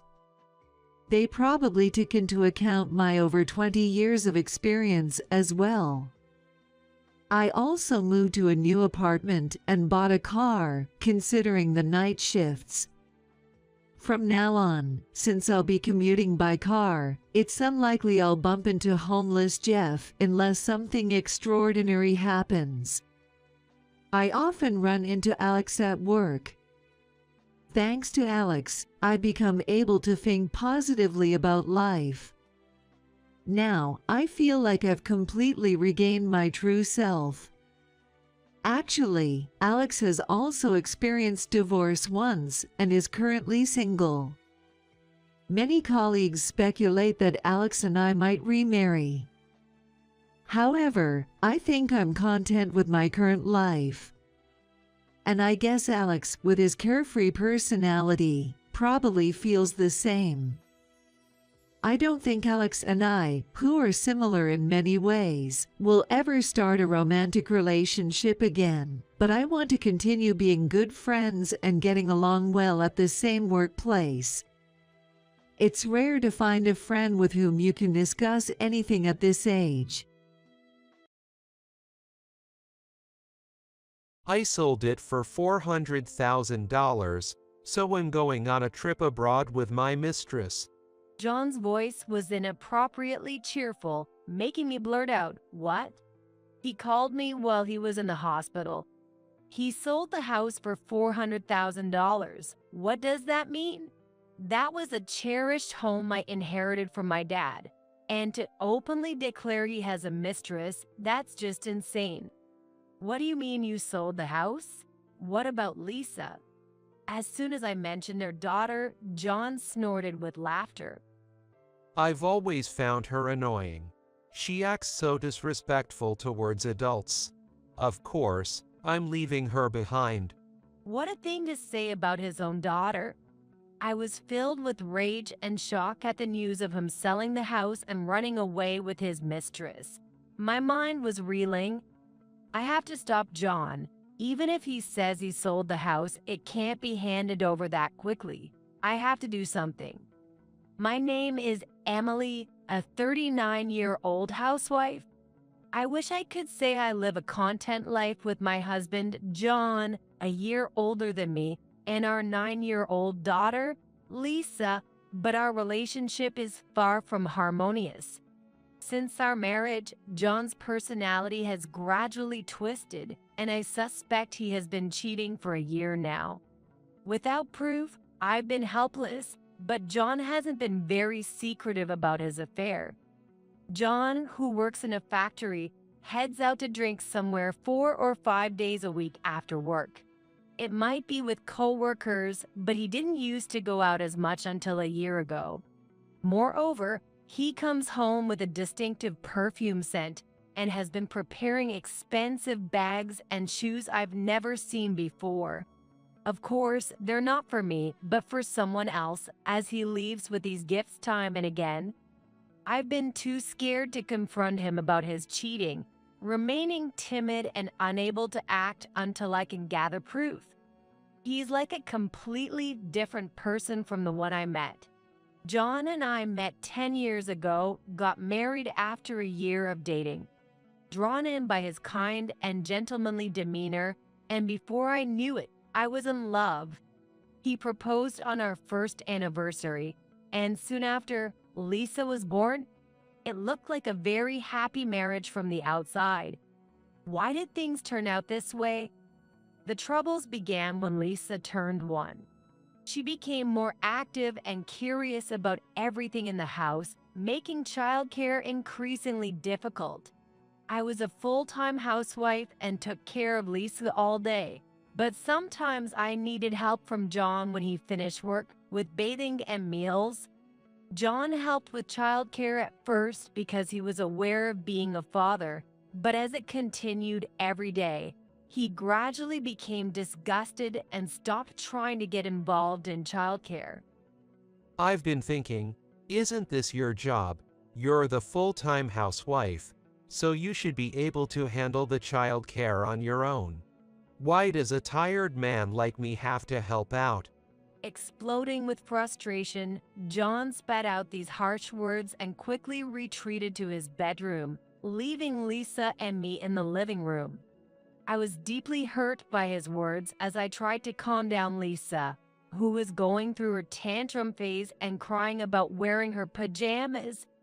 After that, John completely stopped interacting with Lisa. Even when she asked him to play on his days off, saying, "Daddy, let's play," he would reply, busy reading his racing magazine, playing his mom's job, "I'm busy right now." He never really listened to Lisa's feelings. Lisa cried, "No." Hey, don't cry over something like this. What kind of upbringing is Emily giving you? A full-time housewife who can't even handle childcare. How incompetent. He would say, glaring at Lisa and me in turn. I didn't want Lisa to hear such harsh words from John, so we had to go back to our room and play together. Even I want to read and watch movies, but living closely with Lisa means I hardly have time for myself. Yet John enjoys his hobby, horse racing, while I have to endure his verbal abuse. It's just not fair. But since our household depends on John's income, I couldn't complain.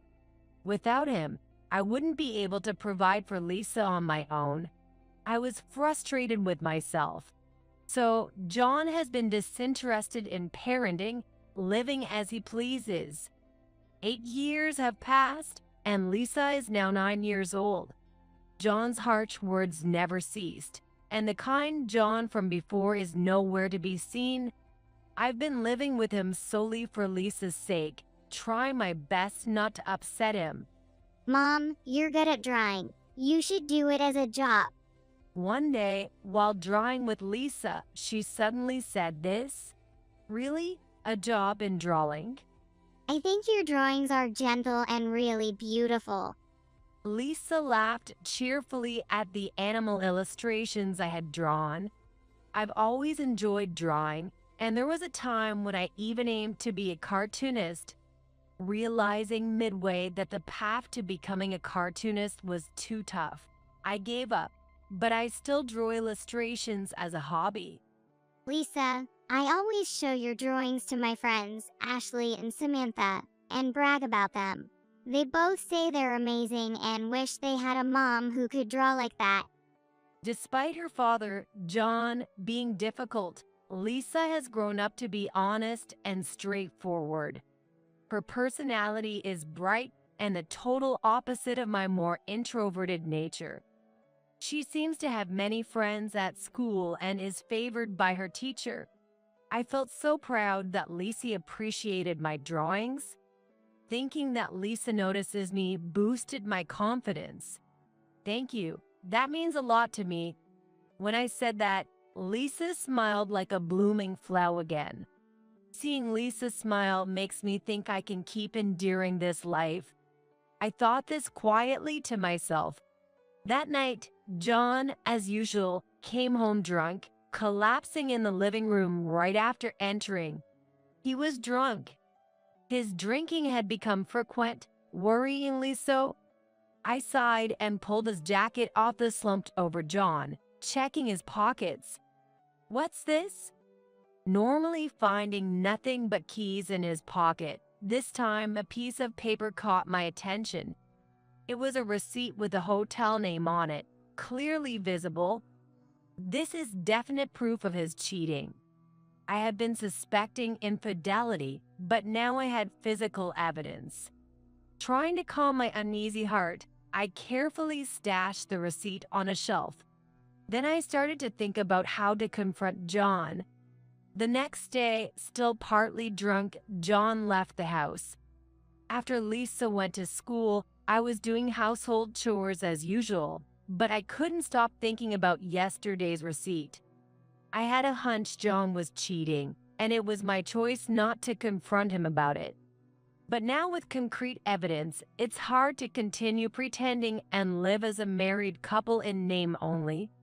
Within a week, no, in a few days, I want to make him admit his infidelity and get an apology. But how should I do it? As I was pondering this, my phone started to vibrate. Who could it be at this time?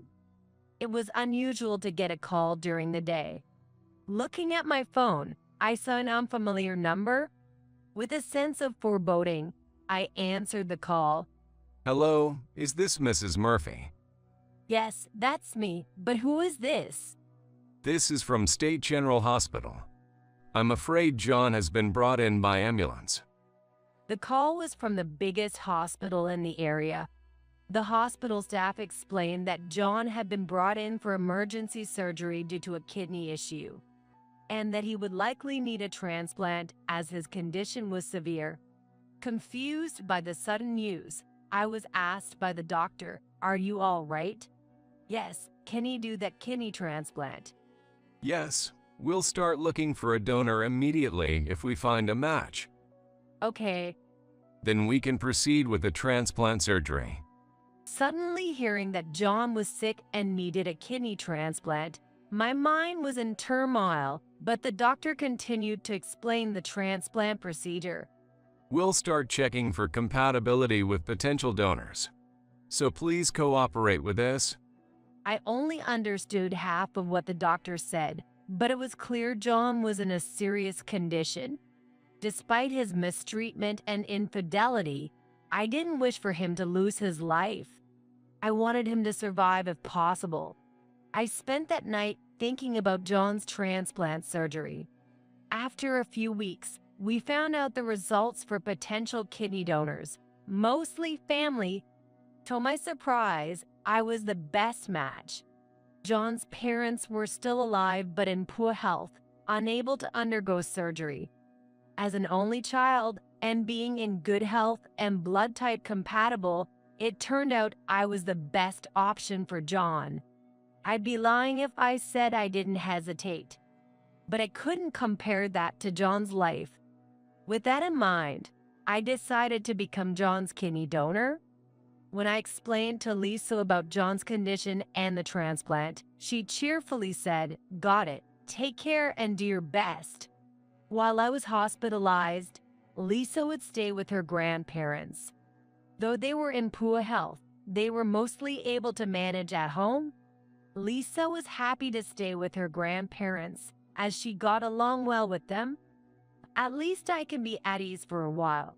It's good that Lisa is such an understanding child. Relieved, I went ahead with the transplant surgery.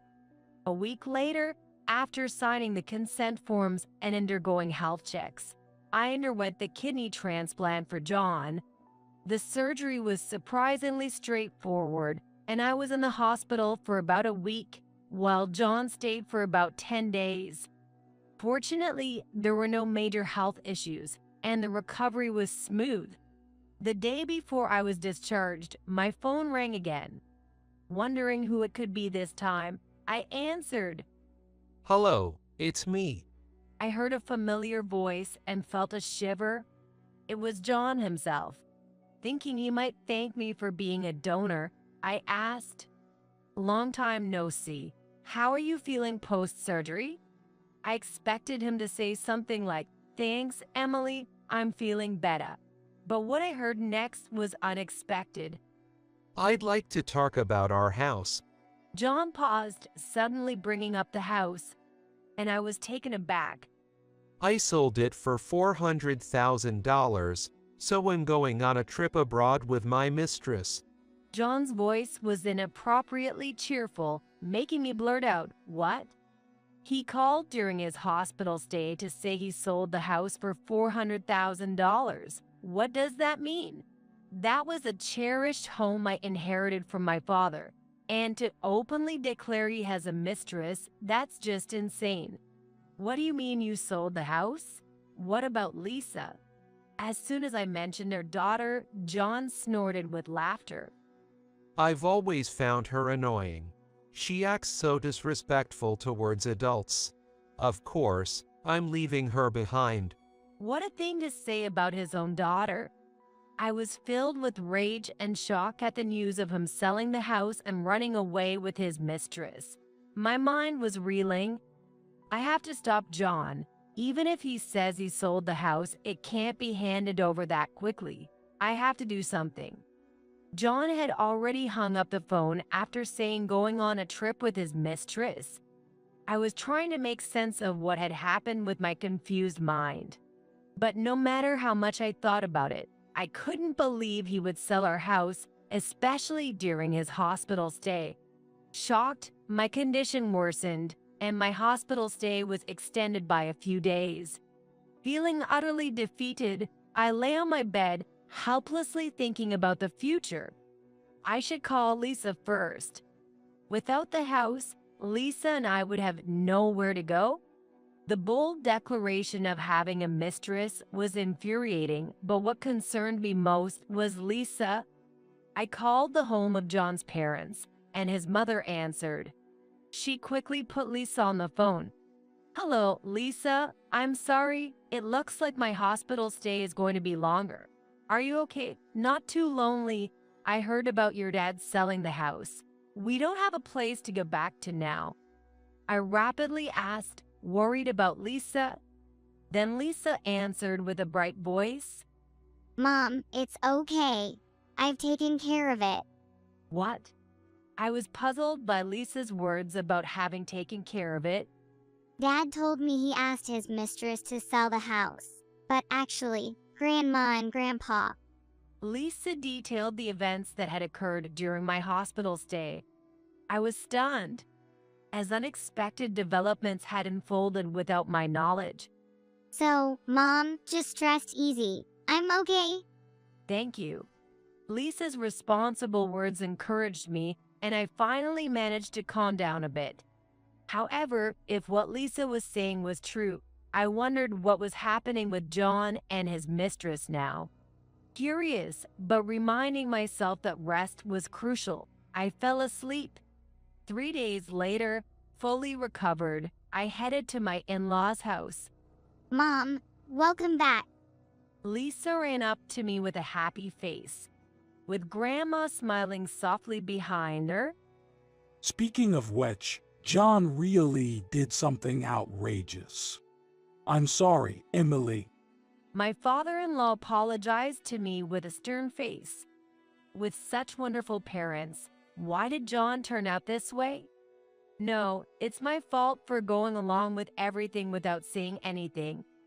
Thank you. Now, there's something we need to tell you, Emily. Yes, what is it? I sat down with Lisa to listen to my in-law's story. Though surprised again, mother-in-law's assertive encouragement that they wouldn't let John have his way gave me some relief. After hearing the story from my in-laws, Lisa and I were about to head home when I noticed a familiar man and an unfamiliar woman having a dispute in front of a real estate office. It was unmistakably John, and the woman with him had to be his mistress.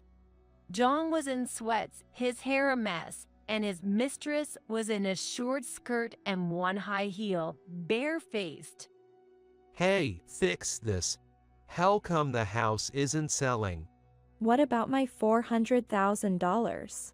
Well, the buyer canceled last night, so there's no deal anymore.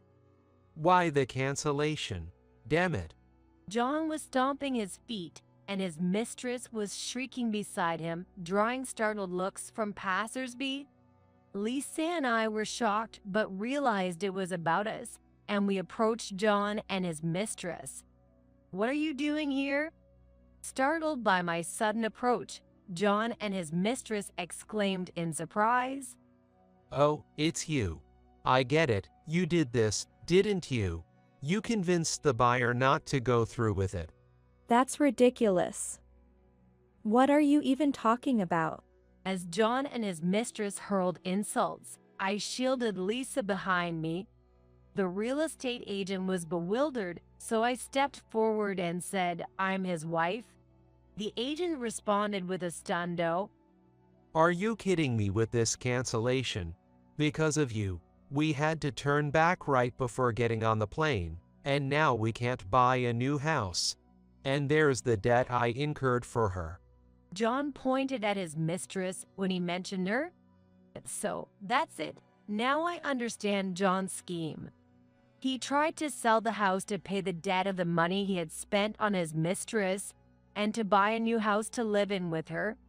How selfish of him to know that this is a precious house that I inherited from my late father. He was ignoring me and Lisa and trying to steal my most important asset. I was trembling with anger. Don't you think you're the one being disrespectful here? Showing up out of nowhere and talking back to me. You can't even eat properly without me. I continued my words, disgusted by John, who was abusing me. First off, do you really think you can sell my cherished home without consulting me? I'm the owner of that house. Did you forge some documents or what? And you've been bad-mouthing the buyer, but you should know the buyers were your parents. What? What's going on? Indeed, during my hospital stay, I learned from Lisa over the phone that my in-laws pretended to buy the house to teach John a lesson. They were furious after hearing about John's misdeeds from Lisa, saying it's unbelievable what he has done to Emily and our dear granddaughter. My in-laws believed Lisa's words over their sins due to her cheerful and honest nature. I'll explain. Grandpa and Grandma knew about Dad and his mistress and were very angry. I knew Dad was trying to sell the house and consulted with them.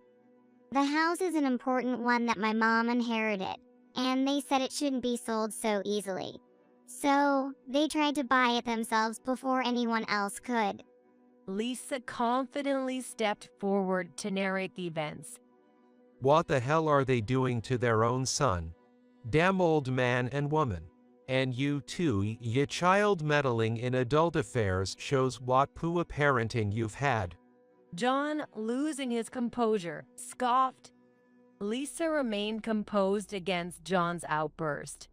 I pulled out a document from my bag, thrusting it in front of his nose. Sorry, but we're getting a divorce? Seeing the divorce papers, John snorted again. Divorce? You said it. You think you can live without me? He must have thought that as a stay-at-home mom, I'd be lost without him. Perhaps that was true before. But now, I have a trump card. I spoke up to shatter John's shallow thinking.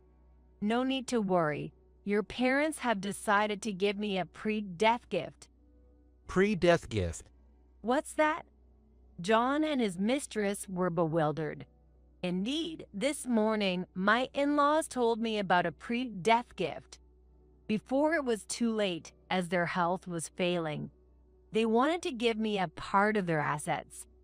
I initially refused, thinking the gift should go to John. However, they insisted we care more about Emily, who gave birth to and raised our wonderful granddaughter, than our son who can't even thank you for the organ donation. I agreed to the pre-death gift from them. It's your parents' wish. They wanted to give it to me, not you. I told John, whose face turned pale. That's probably true. He was shocked to lose the assets that should have been his to his soon-to-be ex-wife. That's dirty. That's not right. It's normal for children to inherit their parents' assets. I'll talk to them. If they don't listen, I'll sue. John glared at me with fiery eyes, shouting. I sighed at his shallow thinking. Maybe it's time to end this. Stepping forward, I met John's gaze and declared, what you're saying is absurd. You ridiculed me and even got a mistress, didn't you? It's your fault for spending the money, right? Your parents made the right decision. And do you even have the money for a lawsuit? How will your past betrayals look in court? John let out a shriek, visibly shaken by my assertive presence. Sorry, I won't sue. Please forgive me. He begged desperately, but it was too late. I glared at John one last time and stated firmly, you will pay the alimony and child support for insulting Lisa and me. If you can't pay, I'll pursue it to the ends of the earth. Be prepared. John and his mistress screamed and ran away. The real estate agent, having witnessed everything, thanked me with a wobbly stance. Thank you so much. No, I'm really sorry for causing such trouble. Feeling awkward, I took Lisa's hand and we went back home. Mom, you were awesome. And so were you, Lisa. Thank you for standing up for me. Despite the situation, Lisa's face was smiling. I vowed in my heart to protect her for life. A few days later, I was able to successfully divorce John. The long-endured marriage ended with just a piece of paper, making me wonder why I had put up with it for so long. John had really squandered his money on his mistress and ended up borrowing to pay the alimony. The mistress left him, saying, "I can't stay with such a poor man." Adding to his misfortune, John's company had to reduce staff due to decreased sales from material shortages. Working in the factory, John was one of the first to be laid off. It's sad, but it's hard to believe there was no reason for his dismissal. Probably, the company let go of those who were performing poorly or had bad behavior first. John, who used to boss around at home, must have had the same attitude at work. Now jobless, loverless, and wifeless, John is scraping by with odd jobs. His days must be bleak, devoting himself to part-time work that allows him to rest whenever he likes, lacking the energy to seek proper employment. But I felt no sympathy for him. I had done all I could by donating part of my kidney to him. It seemed like karma for how he belittled me.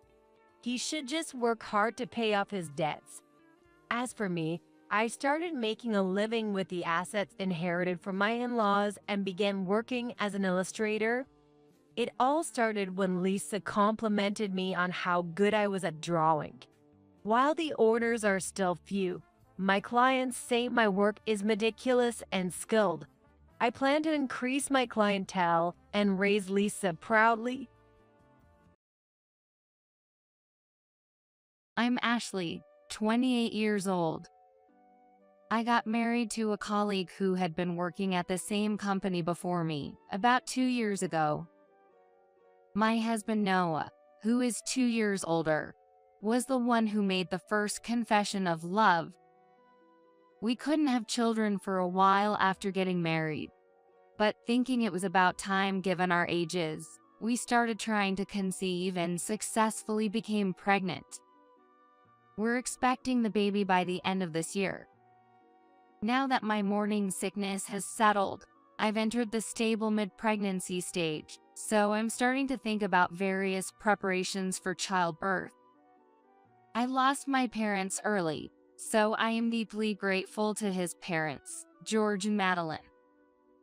They are also eagerly looking forward to the birth of their first grandchild. They live quite in the countryside, so we don't get to meet often, but they always say, "You have to take good care of yourself. Make sure you eat well to give birth to a healthy baby, and send us nutritious foods and fresh vegetables and fruits they grow themselves." Thanks to them, I've recently gained a bit of weight, probably because I've been enjoying too many fresh veggies and fruits now that I'm in the stable period. I have older sister. Her name is Patricia, 32 years old. She's already married and has a cute daughter. My 3-year-old niece, Emily. Noah's big brother, Harry, who is the same age with Patricia, adores her and is already declaring, "I'm not letting her marry off, and anyone who asks for her hand in marriage, I'll knock him out." Patricia just laughs it off, saying, "Silly, isn't he?" Well, it's a lively but good family. Now that I'm pregnant, my sister has become a great mentor, offering me advice. Ask me anything you don't know, okay? Since she's experienced, I'm looking forward to learning a lot from her. She also has some baby items she no longer uses, which could help with our expenses. When I go to the gynecologist, my sister Patricia accompanies me. Our doctor, Victoria, is a seasoned female physician. She is kind and trustworthy. Once, we even had Noah join in for a lecture. First of all, the pregnant woman is the center of everything. Her needs come first. Oh yeah, is that so? Noah looked nervous. Of course, I'm not saying the husband should do all the housework. Pregnant women need some exercise too. However, you shouldn't let her carry heavy items or reach for things on high shelves. Let her exercise moderately, but don't overdo it. That's the basic rule. I see. Noah nodded to the doctor's explanation. Don't worry, I can handle cooking and shopping. So, it would help if you could assist with cleaning and laundry. I straightforwardly asked Noah for help. Well, that's not much different from now. Leave the heavy shopping to me. He responds with a smile. It makes me genuinely happy that Noah is so proactive in saying such things. I quit my job after getting married, and now I work part-time at a local supermarket, cashiering and stocking shelves for about 3 to 4 hours, 3 days a week, which is easy on my body. Many coworkers who have given birth before are considerate and offer advice. Recently, Noah's job has become busier. Since we worked at the same company, I am familiar with what he does. It's a clerical work, so except for the fiscal year end, there shouldn't be much overtime. I've been busy because I started a new department. I was put in charge along with some younger colleagues, and they made me the leader. But I'm worried about him overdoing it. I have to try hard because I'm going to be a dad. Just don't overdo it. Yeah, I'm taking breaks appropriately, so I'm okay. He reassured me. Then, one day, I got a call from my cousin. Hey Ashley, I need some advice. His name is Thomas. He is 2 years younger than me and just got married last year. His wife is Alice. They were classmates and have been dating since high school. He recently found out she's pregnant and often consults me, since I have a bit more experience. So, what do you want to know? Well, Alice's morning sickness is really bad, and it's hard to watch because she's suffering. She can't eat anything because she can't stand the smell of bread. What should I do?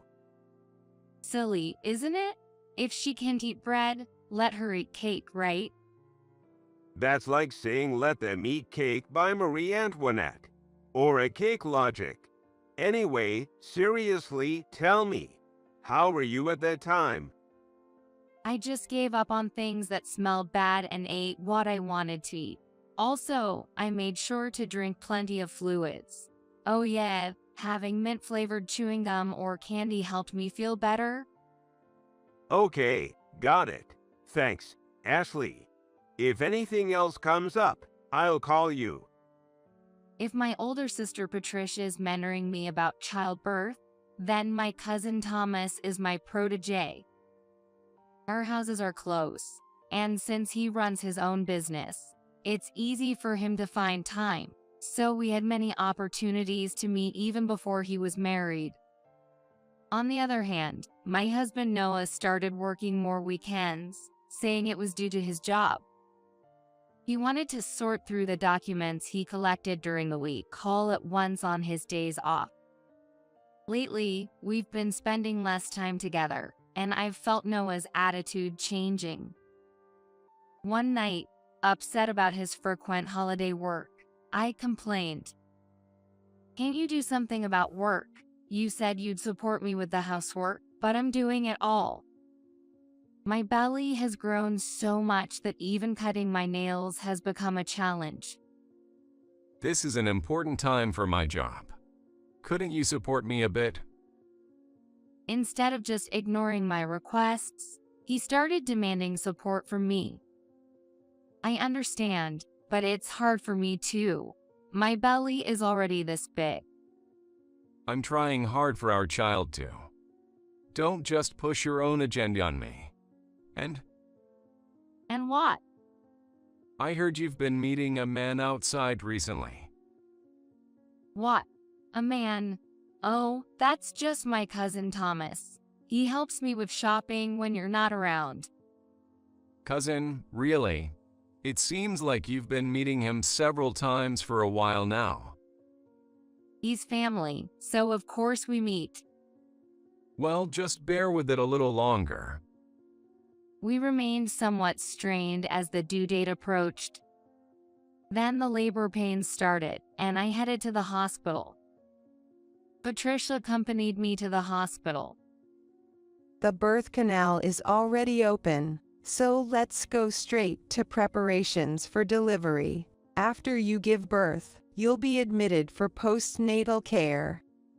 Patricia contacted Noah, but he said he was too busy with work to attend the birth or help with the hospital preparations. So, Patricia took care of all the hospital preparations.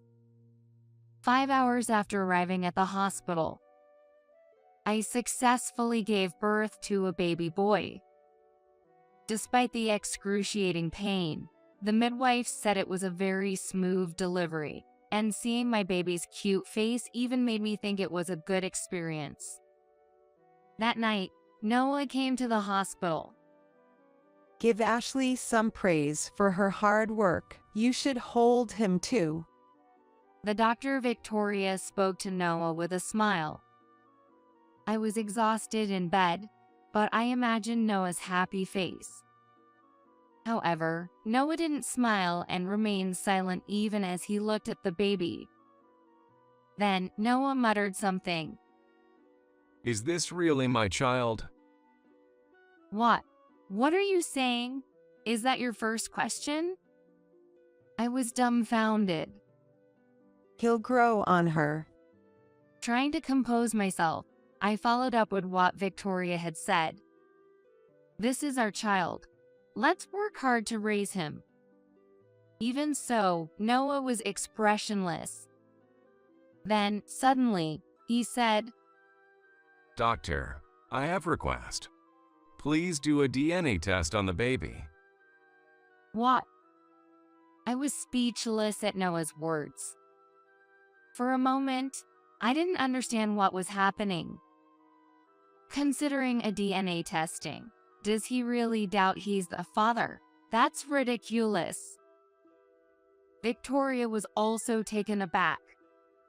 Well, we can do that, but that's not something you should say on the day of the birth.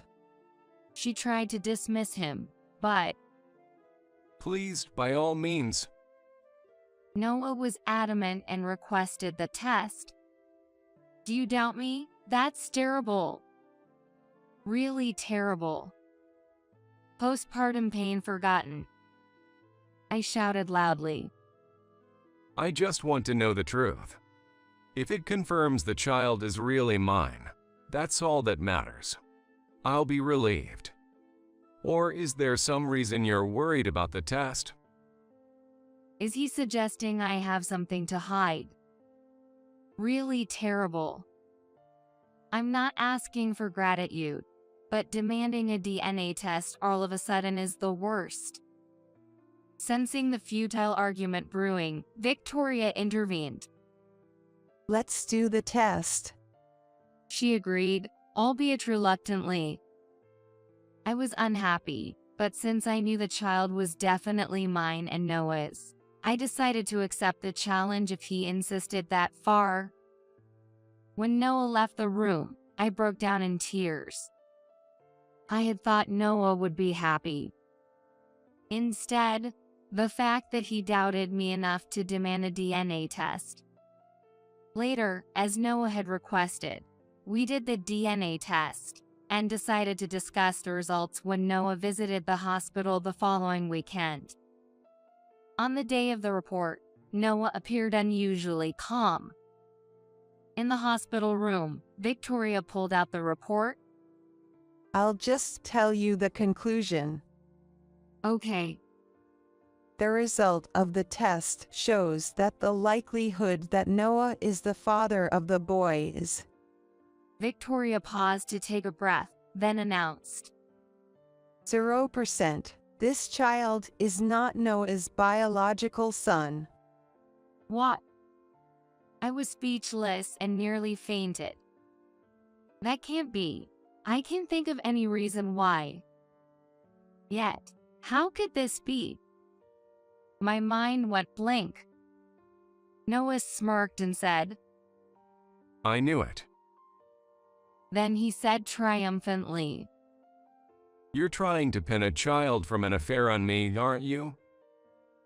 And then he pointed at me. I want a divorce. You're entirely to blame. I'm going to demand a hefty alimony, so be prepared. With those parting words, he left the hospital room. I was left utterly dumbfounded. I consulted with Patricia and Thomas. Patricia listened to my story quietly and then became indignant. Being falsely accused like this, it's no joke. We need to give him a taste of his own medicine. Yeah, I've got it all covered, so you can rest easy. Ashley, Thomas said, smirking confidently. This isn't a comforting conversation. Patricia was angry. Yeah, right. Thomas chuckled, seemingly amused. I couldn't tell if they were serious or just enjoying my misfortune. Later, I got a call from Noah. I've decided to go through with the divorce. My parents agreed to. I'm the victim here, so I'll be seeking alimony. Maybe around $30,000. I'm thinking of leaving it to a lawyer. Is that okay? I informed him. Fine, but you're paying for the childbirth expenses yourself. I'm not spending a dime on someone else's kid. Have it your way. Yeah, I will do as I please. I'm a stranger now. If you can't pay the alimony, I'll take the house and land. As the victim, I have that right. Noah was adamantly aggressive. That house and land are inheritance from my deceased parents. I don't care. Anyway, I'm busy preparing for the divorce. I'll contact you again. I reported Noah's call to Patricia and then we proceeded with our next plan.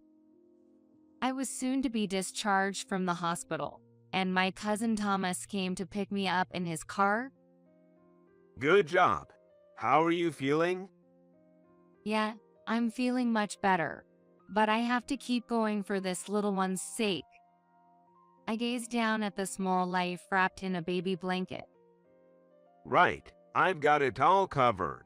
Let's give that no of yours double, no, triple payback. We talked about this as we arrived home.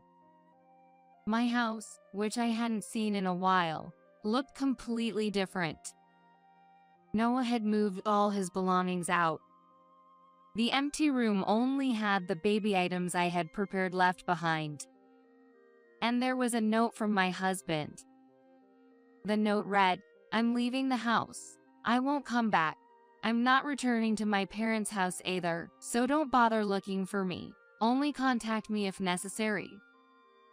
If he wasn't going back to his parents' house, I knew where he was headed. Really, he's quick with things like this. I sighed in exasperation. Shortly after, I received a call from Noah. Perfect timing. As soon as I answered, Noah yelled out, What do you think you're doing? Sending that stuff to my office. "Oh, about that. Well, since you wouldn't tell me where you are, I had to send it to your office, right?" I responded nonchalantly. How could you? My boss demanded an explanation, and I had to tell him about our divorce. Thanks to you, the whole office knows, and now everyone is looking at me strangely. It seemed my plan had indeed caused a stir around Noah. "It's none of my concern. You saw the contents, right? Make sure you come to the lawyer's office. Don't try to run away." Woo's running away. You'd better be prepared to. I'm ready to fight this through. Apparently, the notice of content arranged by the lawyer had reached his company. I can just imagine Noah panicking.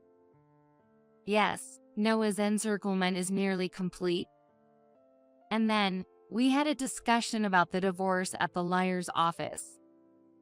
Noah's parents were also present. I was accompanied by my sister Patricia and her husband. Her husband is Harry. Harry, who works in construction, treats me like his own sister. And then the discussion began. Ashley cheated and had a child, then tried to pass it off as mine and raise it on my money. This is highly malicious, so I demand not only alimony but also compensation for the house and land in Ashley's name. This was Noah's main reason and condition for the divorce. Oh wow, he's quite bold. I was fully prepared and at ease. The lawyer explained. We understand your story. However, even if the divorce is due to infidelity, property division will occur. And don't expect all your demands to be met. If there's a disagreement between the two of you, it's my job to mediate. I will make a fair judgment based on the facts. Please understand that. If that's the case, then justice is on my side. Having an affair and giving birth to someone else's child is practically fraud. Should we call the police? Ashley, that's terrible. We were happy about having a grandchild, and to find out it's not Noah's child. Doing this makes me sad. The most pitiful one is the child who was born, right? Please make amends and at least raise the child properly. They all spoke up. No matter if a lawyer gets involved, what you did can never be forgiven. I'm entirely innocent and a victim. It's crucial how much Ashley reflects and apologizes to me. How about it? Do you feel remorse and are you ready to apologize? Noah seemed entirely convinced of his victory. Now's the time. No. The one who needs to reflect and apologize is you, Noah. What did you say? Taken aback by my unexpected counterattack, Noah stood up suddenly. I continued calmly. Just give it up. I know everything. What are you saying? I know who your affair partner is. I'll demand alimony from him too. I decided it was time to present my trump card. Actually, I've invited someone here. Who is it? One of your accomplices. Noah shouted, fully ready for battle. I said in a teasing tone. You're not too bright, are you? I'm the victim here, so it's the witness. A witness? Thank you for waiting. Please, come in. As I spoke, two people entered through the door. Noah's mouth hung open in shock. You are. And you are. Yes, it's Victoria, the gynecologist, and my cousin Thomas. Hello. Victoria greeted. Nice to meet you. I'm Ashley's cousin, Thomas. Thomas introduced himself. This guy is Ashley's affair partner. You're cousins, and you had a child together. Please don't say such rude things. I live nearby, and I was just consulting because my wife Alice is pregnant.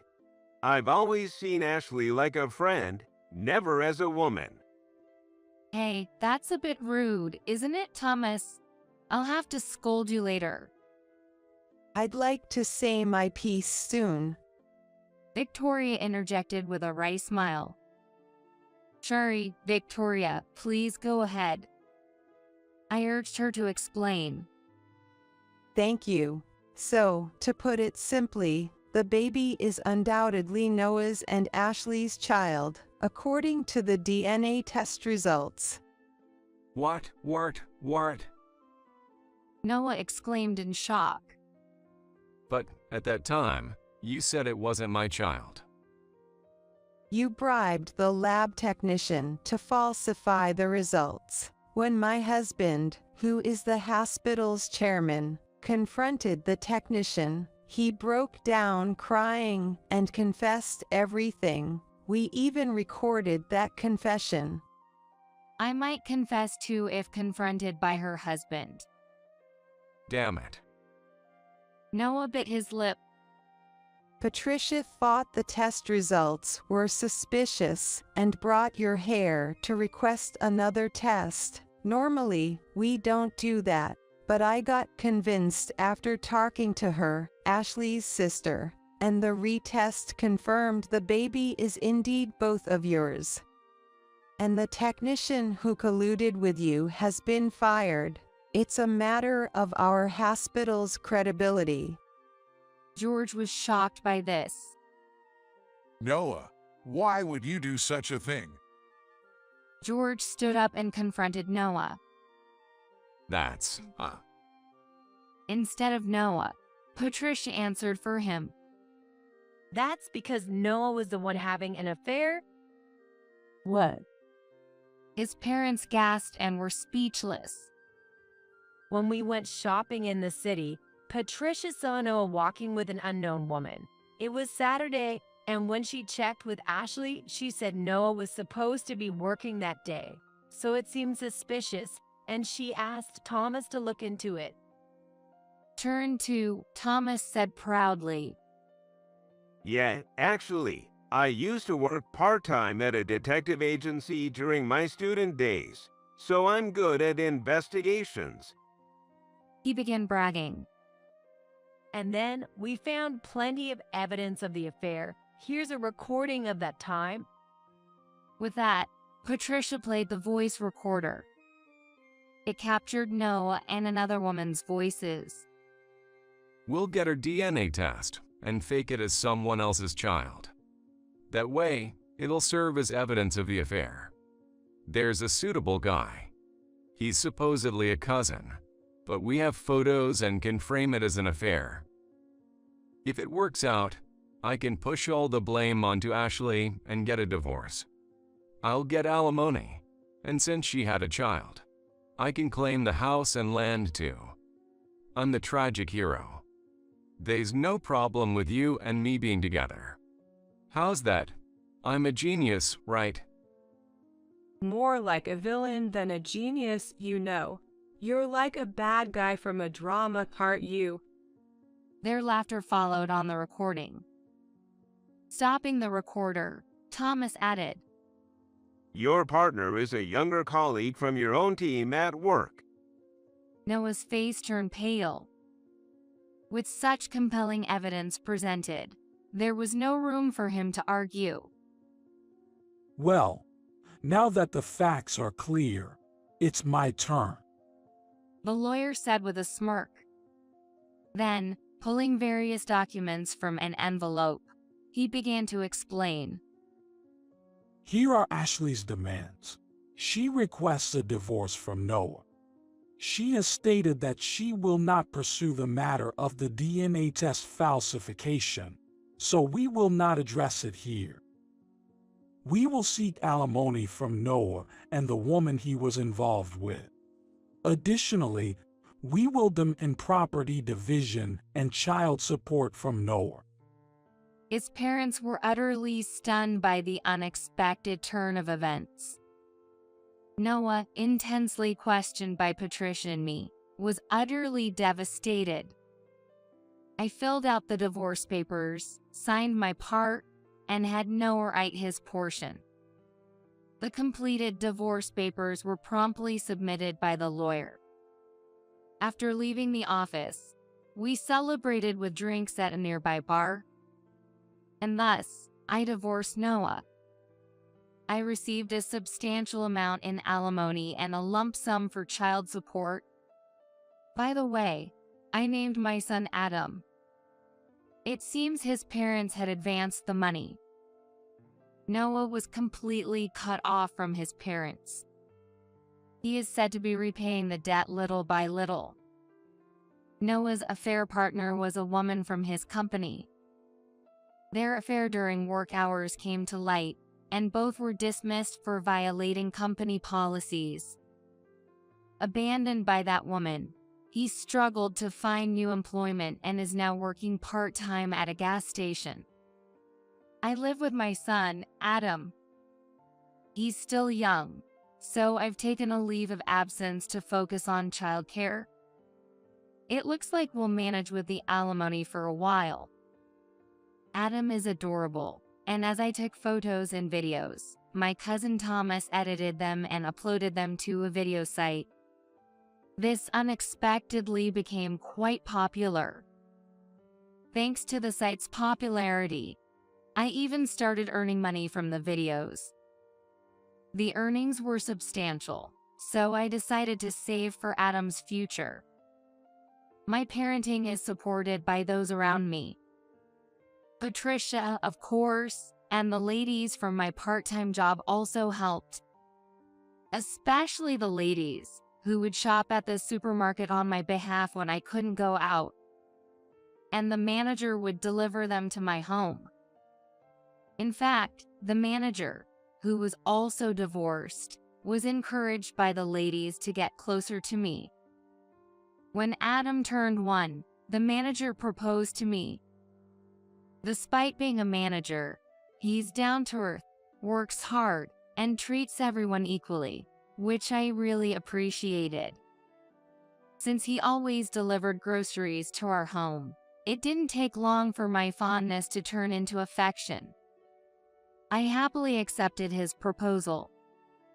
Adam had met him many times and was fond of him, and he seemed trustworthy because he cared about Adam. Although I accepted his proposal, we couldn't get married right away and went into a preparation period. Recently, Adam started calling him Dad. It seems I've managed to recapture the happiness I once let go. This time, I'm determined to hold on to this happiness tightly. As I watched Adam's peaceful sleeping face, I made this resolve: